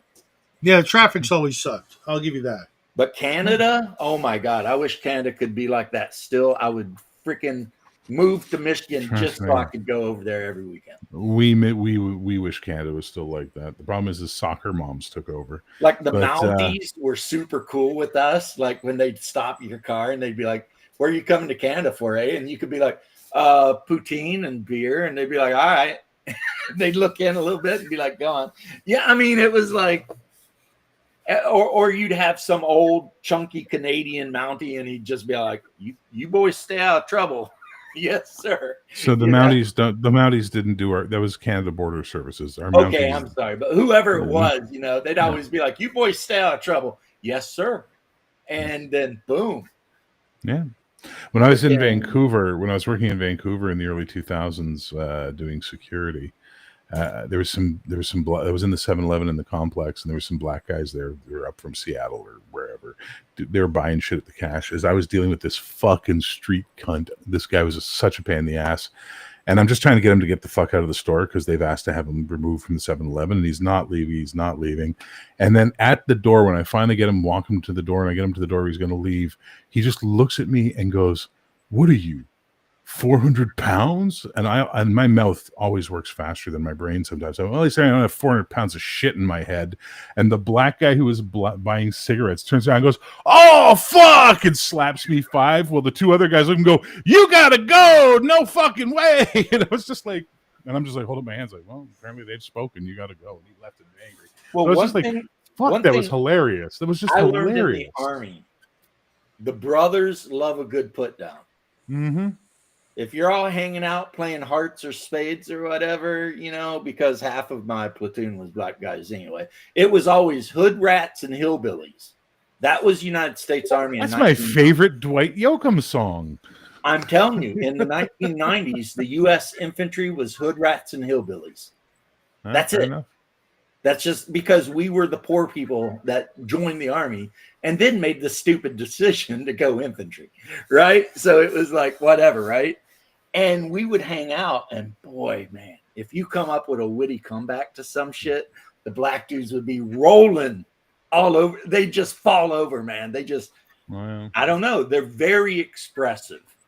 No, and just for me, it was funny the way it happened. And they love yo mama jokes. Oh my God. You get into for me, it was just the experience was very funny. Black dudes.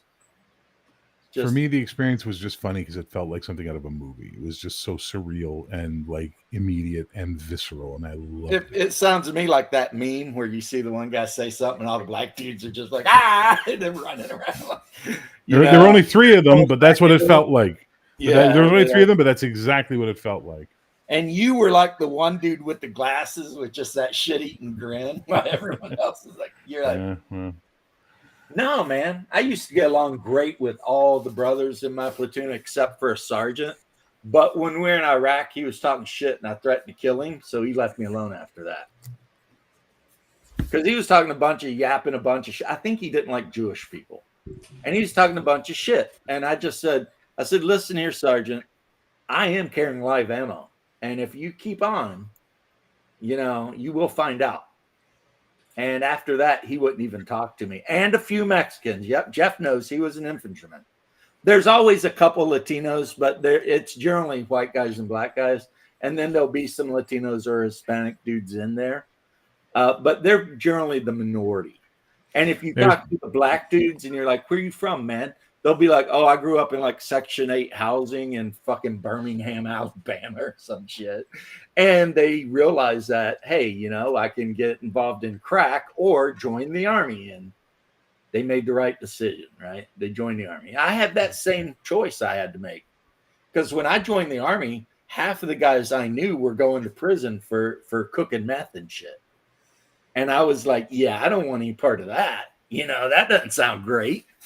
And so my parents signed me over like 6 months before I turned 18. They literally went in and signed paperwork and shit. 17 years old, gone. Boom. Now, you know, in England, you can join the army at like 16 years old. That's what I've heard. The British, they don't make you wait till 18. You're asking, you know, get in there and get it done pretty early on. But they're way ahead of us. It's like they graduate school before we do. Most British dudes already got a job, like while our kids are still sitting in high school, finger painting or whatever the hell they're doing. I was watching Ricky Gervais, and they were explaining like how their schools are split into like increments. And to go from one increment to the next, you have to pass the test. And if you don't pass the test, you don't get to go to the next increment of the school. But a lot of times you can go to like a trade school. So the smarter you are and the harder you study, the more education you can get. You know what I mean? But if you're like a guy like me that's destined to be blue collar, I mean, you're going to go through like primary and secondary school, and then you're going to become blue collar at like 15 or 16. Which is fine. I mean, you know, if that works, man. Knock yourself out. Joined at 16 through delayed entry. So sort of, yeah. I just woke up one day. A guy I'd hung out with for years was looking at like 20 years for cooking meth.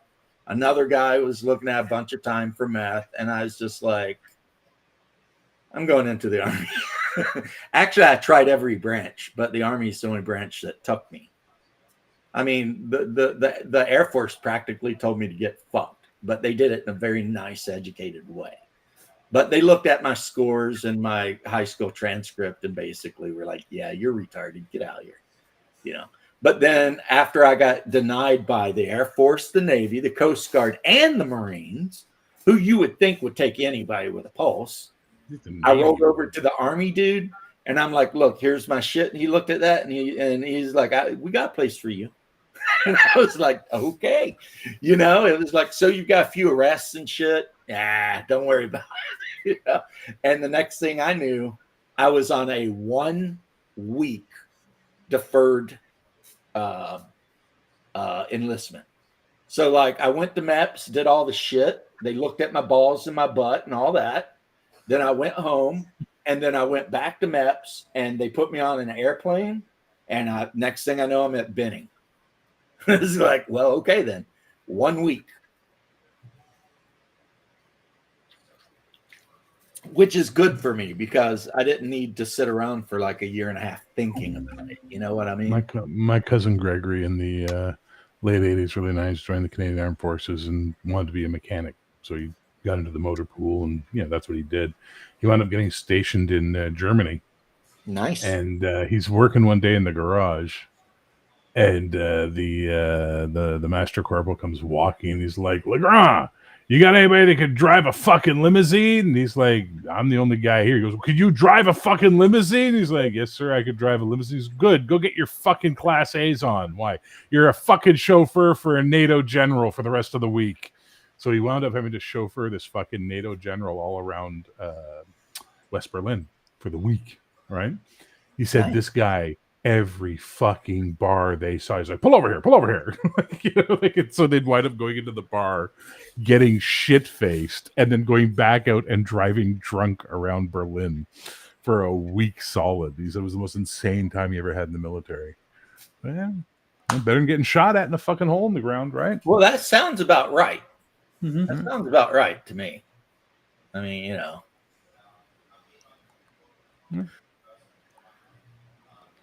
Yeah, if you can't do a lot of, right. So I'm sort of right, according to Lee, who does actually live in the UK. And like he said, if you're not good at science or math by the 9th grade, the military is strongly or definitely suggested, And yeah, man. I personally, there's a couple of channels with like these dudes who are like British Special Marines or whatever they call them, Royal Marines or whatever. And I love watching their shows. And a lot of times they react to like American military shit. And it's funny, like watching these British guys who went through their version of elite, whatever, watch our dudes, and they're just like, and the guys are like, what are they doing? And they're like waiting for some American to die in the video because, we're running around being idiots. And the British guy's just like, what is happening here? Like there's one where the British guy's watching Americans ride a floor buffer because that was a thing we did. It was the floor buffer rodeo, right? You plug the floor buffer in and then you sit on top of it and grab the handle and squeeze it and try to hang on. Mm-hmm. Now, drill sergeant would get really mad if they caught you and smoke your ass, right? It'd be like everybody outside were doing push-ups until you want to die. But we still did it. And then, like, people from other countries see us doing that, and they're like, what are these idiots doing? We had a game one time, only slightly racist, Bear, where all the black guys in my platoon formed one team, and all the white guys and Mexicans formed the other team, and the goal was to kidnap each other. So we would run down in a mob and grab the nearest black guy, pick him up, and run back to our barracks room and throw him in the bed and like try to shut the door. And then they would run down and kick the door in, and we would have a scrum, and then they would save their black guy and take him back, and then also try to kidnap a white guy. We did that shit for like 4 hours one night. The drill sergeant finally came up at like midnight and was yelling at us. Like, what in the fuck is wrong with you? But we were having the best time. Like the brothers were laughing their brains out. All the white dudes were laughing. We were having just the best time. And that's something we did during infantry training. Yeah, our drill sergeant, which my favorite drill sergeant Blyden, he was a brother from down south somewhere. He come in there and he's just like, he would always look at you like your mom, like with just pure disappointment. And he'd just be like, "You goat smellers, what are you doing?" Yeah, because he always called us goat smellers. I don't know why. And he just had that way of making you feel really dumb. That was Drill Sergeant Blyden's superpower. Yeah, Chinese fire drills, God. Everybody has to stand at one end of their bunk. And then when they tell you you have to pick your bunk up, and then they go left, left, until all of you are stacked together. And then once you're all stacked together, right, right, right. And if they want to be real dicks, they made you wear your SCB, or not SCB, but your gas mask. And you would do that literally for who knows, because there's no clocks in the barracks. And you're not allowed to wear a watch. And they would just smoke the shit out of you. And you know what, though? They'd smoke us, and we'd stop, and then they'd go away, and we'd be doing it again. You know what I mean? It's just like, it's just the way it was, man. Gents, I gotta say, Well, adios. Your time, Me too. ain't it? Yeah, I gotta get ready for tonight's show and make dinner and making Yep. spaghetti. So that takes. And I got to bounce too, James. So we're going to say adieu. Adieu, adieu. Parting is such sweet sorrow, Have a great evening, guys. my bear. Good night, gentlemen. Good night, Shadow. Always a pleasure. And Bear, sorry if I Right back at you was guys. trolling you a little bit. Well, he'll hear this. Sorry if I was trolling you a little bit, but I do it out of love. So please forgive me. And just know that my heart is in the right place. And the same for you too, Shadow. My heart is in the right place. You guys are honestly kind of really a very huge part of my friend group. And, that might sound super pathetic, but it is what it is. Oh, no. Our Chinese fire drill was the walking the bunks back and forth. And most of the time you had to wear your gas mask. But we had another drill where the drill sergeant would make us take everything in the barracks and put it outside. And then when everything, wall lockers, everything in the barracks was outside, then your job was in between doing push-ups, because, they'd be like, stop, do push-ups. Then your job was to take everything that you had taken outside and put it all back inside. And the whole time, you're getting yelled at and just barbecued, man. Just freaking barbecued. And yeah, that was one that we did. I have failed in life. My wife is taking the garbage out. That should never happen. We had lots of punishments, though. I told you, and Jeff, I know it was probably different where you were. I was at 3-7 infantry. I don't know where you were, but you were airborne. We had HUA school. And HUA school was what you did if you didn't want the Article 15. But you had done something worthy of an Article 15. They would give you the option for corporal punishment. This is 1989 and 90. So before the Army got really full of pussies. And if you went to HUA school, they were going to smoke your ass until you shit yourself. For real. You would throw up, you would poop on yourself, then they might let you go. But, so you got tortured. Being tortured sucks, right? Sorry, baby. I truly am sorry. Being tortured sucks, but you didn't lose pay, and you didn't have to do extra duty, and you didn't have anything in your file. So, you would have to be an idiot not to just take the HUA school. Because, so it's a couple hours of hardcore exercise. But in hindsight, it's good for you. there's nothing wrong with getting out there and, getting dirty and doing some exercise, right? And two, you get to keep your money. And when you're, an E3 or an E4 in 1989 and you're making like $700 a month, the last thing you want is lose half of your cash and have to do 16 hours of fucking extra duty because you decided to do something stupid at the local bar right off post. So yeah, man. Did I go to Hua school? The answer is yes. I went to Hua school a lot. Why? Because I'm a big mouth and I'm hard-headed. And I have a tendency to want to do what I want to do, how I want to do it, regardless. And when you're in a unit like I was in and you're in the Army, a lot of times they don't really care for that kind of shit. Actually, it's really confusing because it's like a lot of times they don't care for it. And then a lot of times that's exactly what they want. You know what I mean?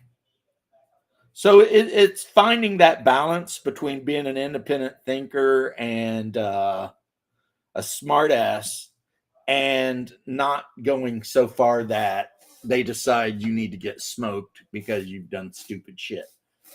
Because I can tell you right now, 90, 91, 89, when I was in the Army that whole time, in the infantry, they were looking for dudes who could think. That was the whole thing. Yeah, right? If you were just a dude who couldn't think and you could follow orders, fine, you might be okay. But really what they wanted is a dude that you could throw his ass in the middle of some shit and he would figure it out. And, but unfortunately, the kind of dudes that are like that also tend to be irreverent, not give a shit about rank as much as they should, feel like they should be able to do whatever. And so, yeah, it's a real fine balance there. Yeah, 4 hours plus. Yeah, man. Greg, you were in the Army or a Marine? Because I know no one in the Air Force or the Navy knows anything about the smoke show like that. Those guys are, businessmen. Yep. And I was a thinker and I could figure shit out really good. I just couldn't shut up. And also at that age, I had a temper like you wouldn't believe. So if I'm out at the Big Apple or whatever, the Big Cherry or whatever it was off post, and like one of the locals or something wanted to talk some shit, a lot of times, I'd be in the back of a cop car. And then I'd be delivered because the cops never tuck soldiers to jail. They just take them to their company, right? And I'd get escorted into the company in handcuffs and they'd take the handcuffs off. And then I'd be like, given that option, we can give you an Article 15, bust you down a rank, take half your pay, give you, a couple weeks extra duty, or we can send your ass to Hua school. And I'd always be like, let's go to Hua school. Because I wasn't afraid of exercise. And when you poop yourself, it's not even really poop. It's just lactic acid. Because, they work your muscles so hard that your intestines fill up with lactic acid and it just leaks out. You know what I mean? Oh, Greg, so you were the Marine, a corpsman. Yep. Everybody loves the corpsman. I know I do. I love my Army medics too. Those guys were badass. It is a real weird thought to me that the Marines don't have medics. But hey, do your own thing there, crayon eaters. Like something like half, if not more than half, of all of the Congressional Medal of Honor winners in our entire history are corpsmen or medics,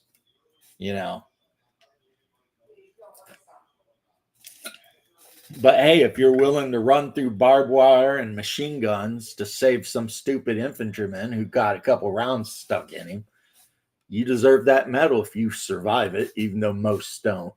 Most don't, but yeah. Well, we talked before, 6 months. Oh, me and mine are doing okay, but I think my wife, if I don't take off here in a minute, is going to kill me because I just saw her take the garbage out, which means she has got to her limit of waiting for me to take it out. And that generally bodes ill for me. And no, I'm not saying she's going to abuse me or anything, but her sweet, sunshiny disposition will turn into a Danish Viking disposition. And that's not a disposition anybody wants. Yeah, she's giving me the look like, I'm Viking. I know you're Viking. I see that anger. When she gets mad, she gets cold mad. You know what I mean? Like when I get mad and rage filled, I'm hot mad, which means emotion. I'm running my mouth. I'm out there. I'm throwing blows. She gets cold mad, and cold mad is way worse because cold mad is when they're thinking about how mad they are. Yep, I'll probably drop in there later. I've got shit to do to keep my Viking happy. Well, I should say my Dane, because my job is to make sure she doesn't actually go Viking. Just keep her happy and Danish. But I have effed up today big time. I meant to be on 2 hours, no more. It's 3.5 hours. Now, she's listening to me, so I can't even blame you guys. But to be fair, you guys in the comments today were awesome. All of you. You were awesome. You kept the thing going. You said like you know, all of that. And you know, peace and love, man. I mean, I guess I love you guys. You know, I guess. I mean, I'm not 100% sure. And obviously it would be a platonic no homo love, but you get what I'm saying. Especially some of you fellow vets out there. I got a soft spot in my heart for vets because I'm a vet. So it's like, you know, even though Jeff is an airborne guy and he would call me a filthy leg and make fun of me for not having wings. But you know what? I'd still buy him a beer because he's got his blue braid. He's got his blue ring. So, you know, he's a brother. He knows what it is. And corpsmen are awesome. The only thing as cool as a corpsman in the Navy, in my opinion, are Seabees. Those Seabees, man, that's just like super cool. But like I said, when I showed my paperwork to the Navy, they pretty much told me to go pound sand. So that just wasn't going to happen. So anyway, I am hitting the buttons, guy. I am leaving. But but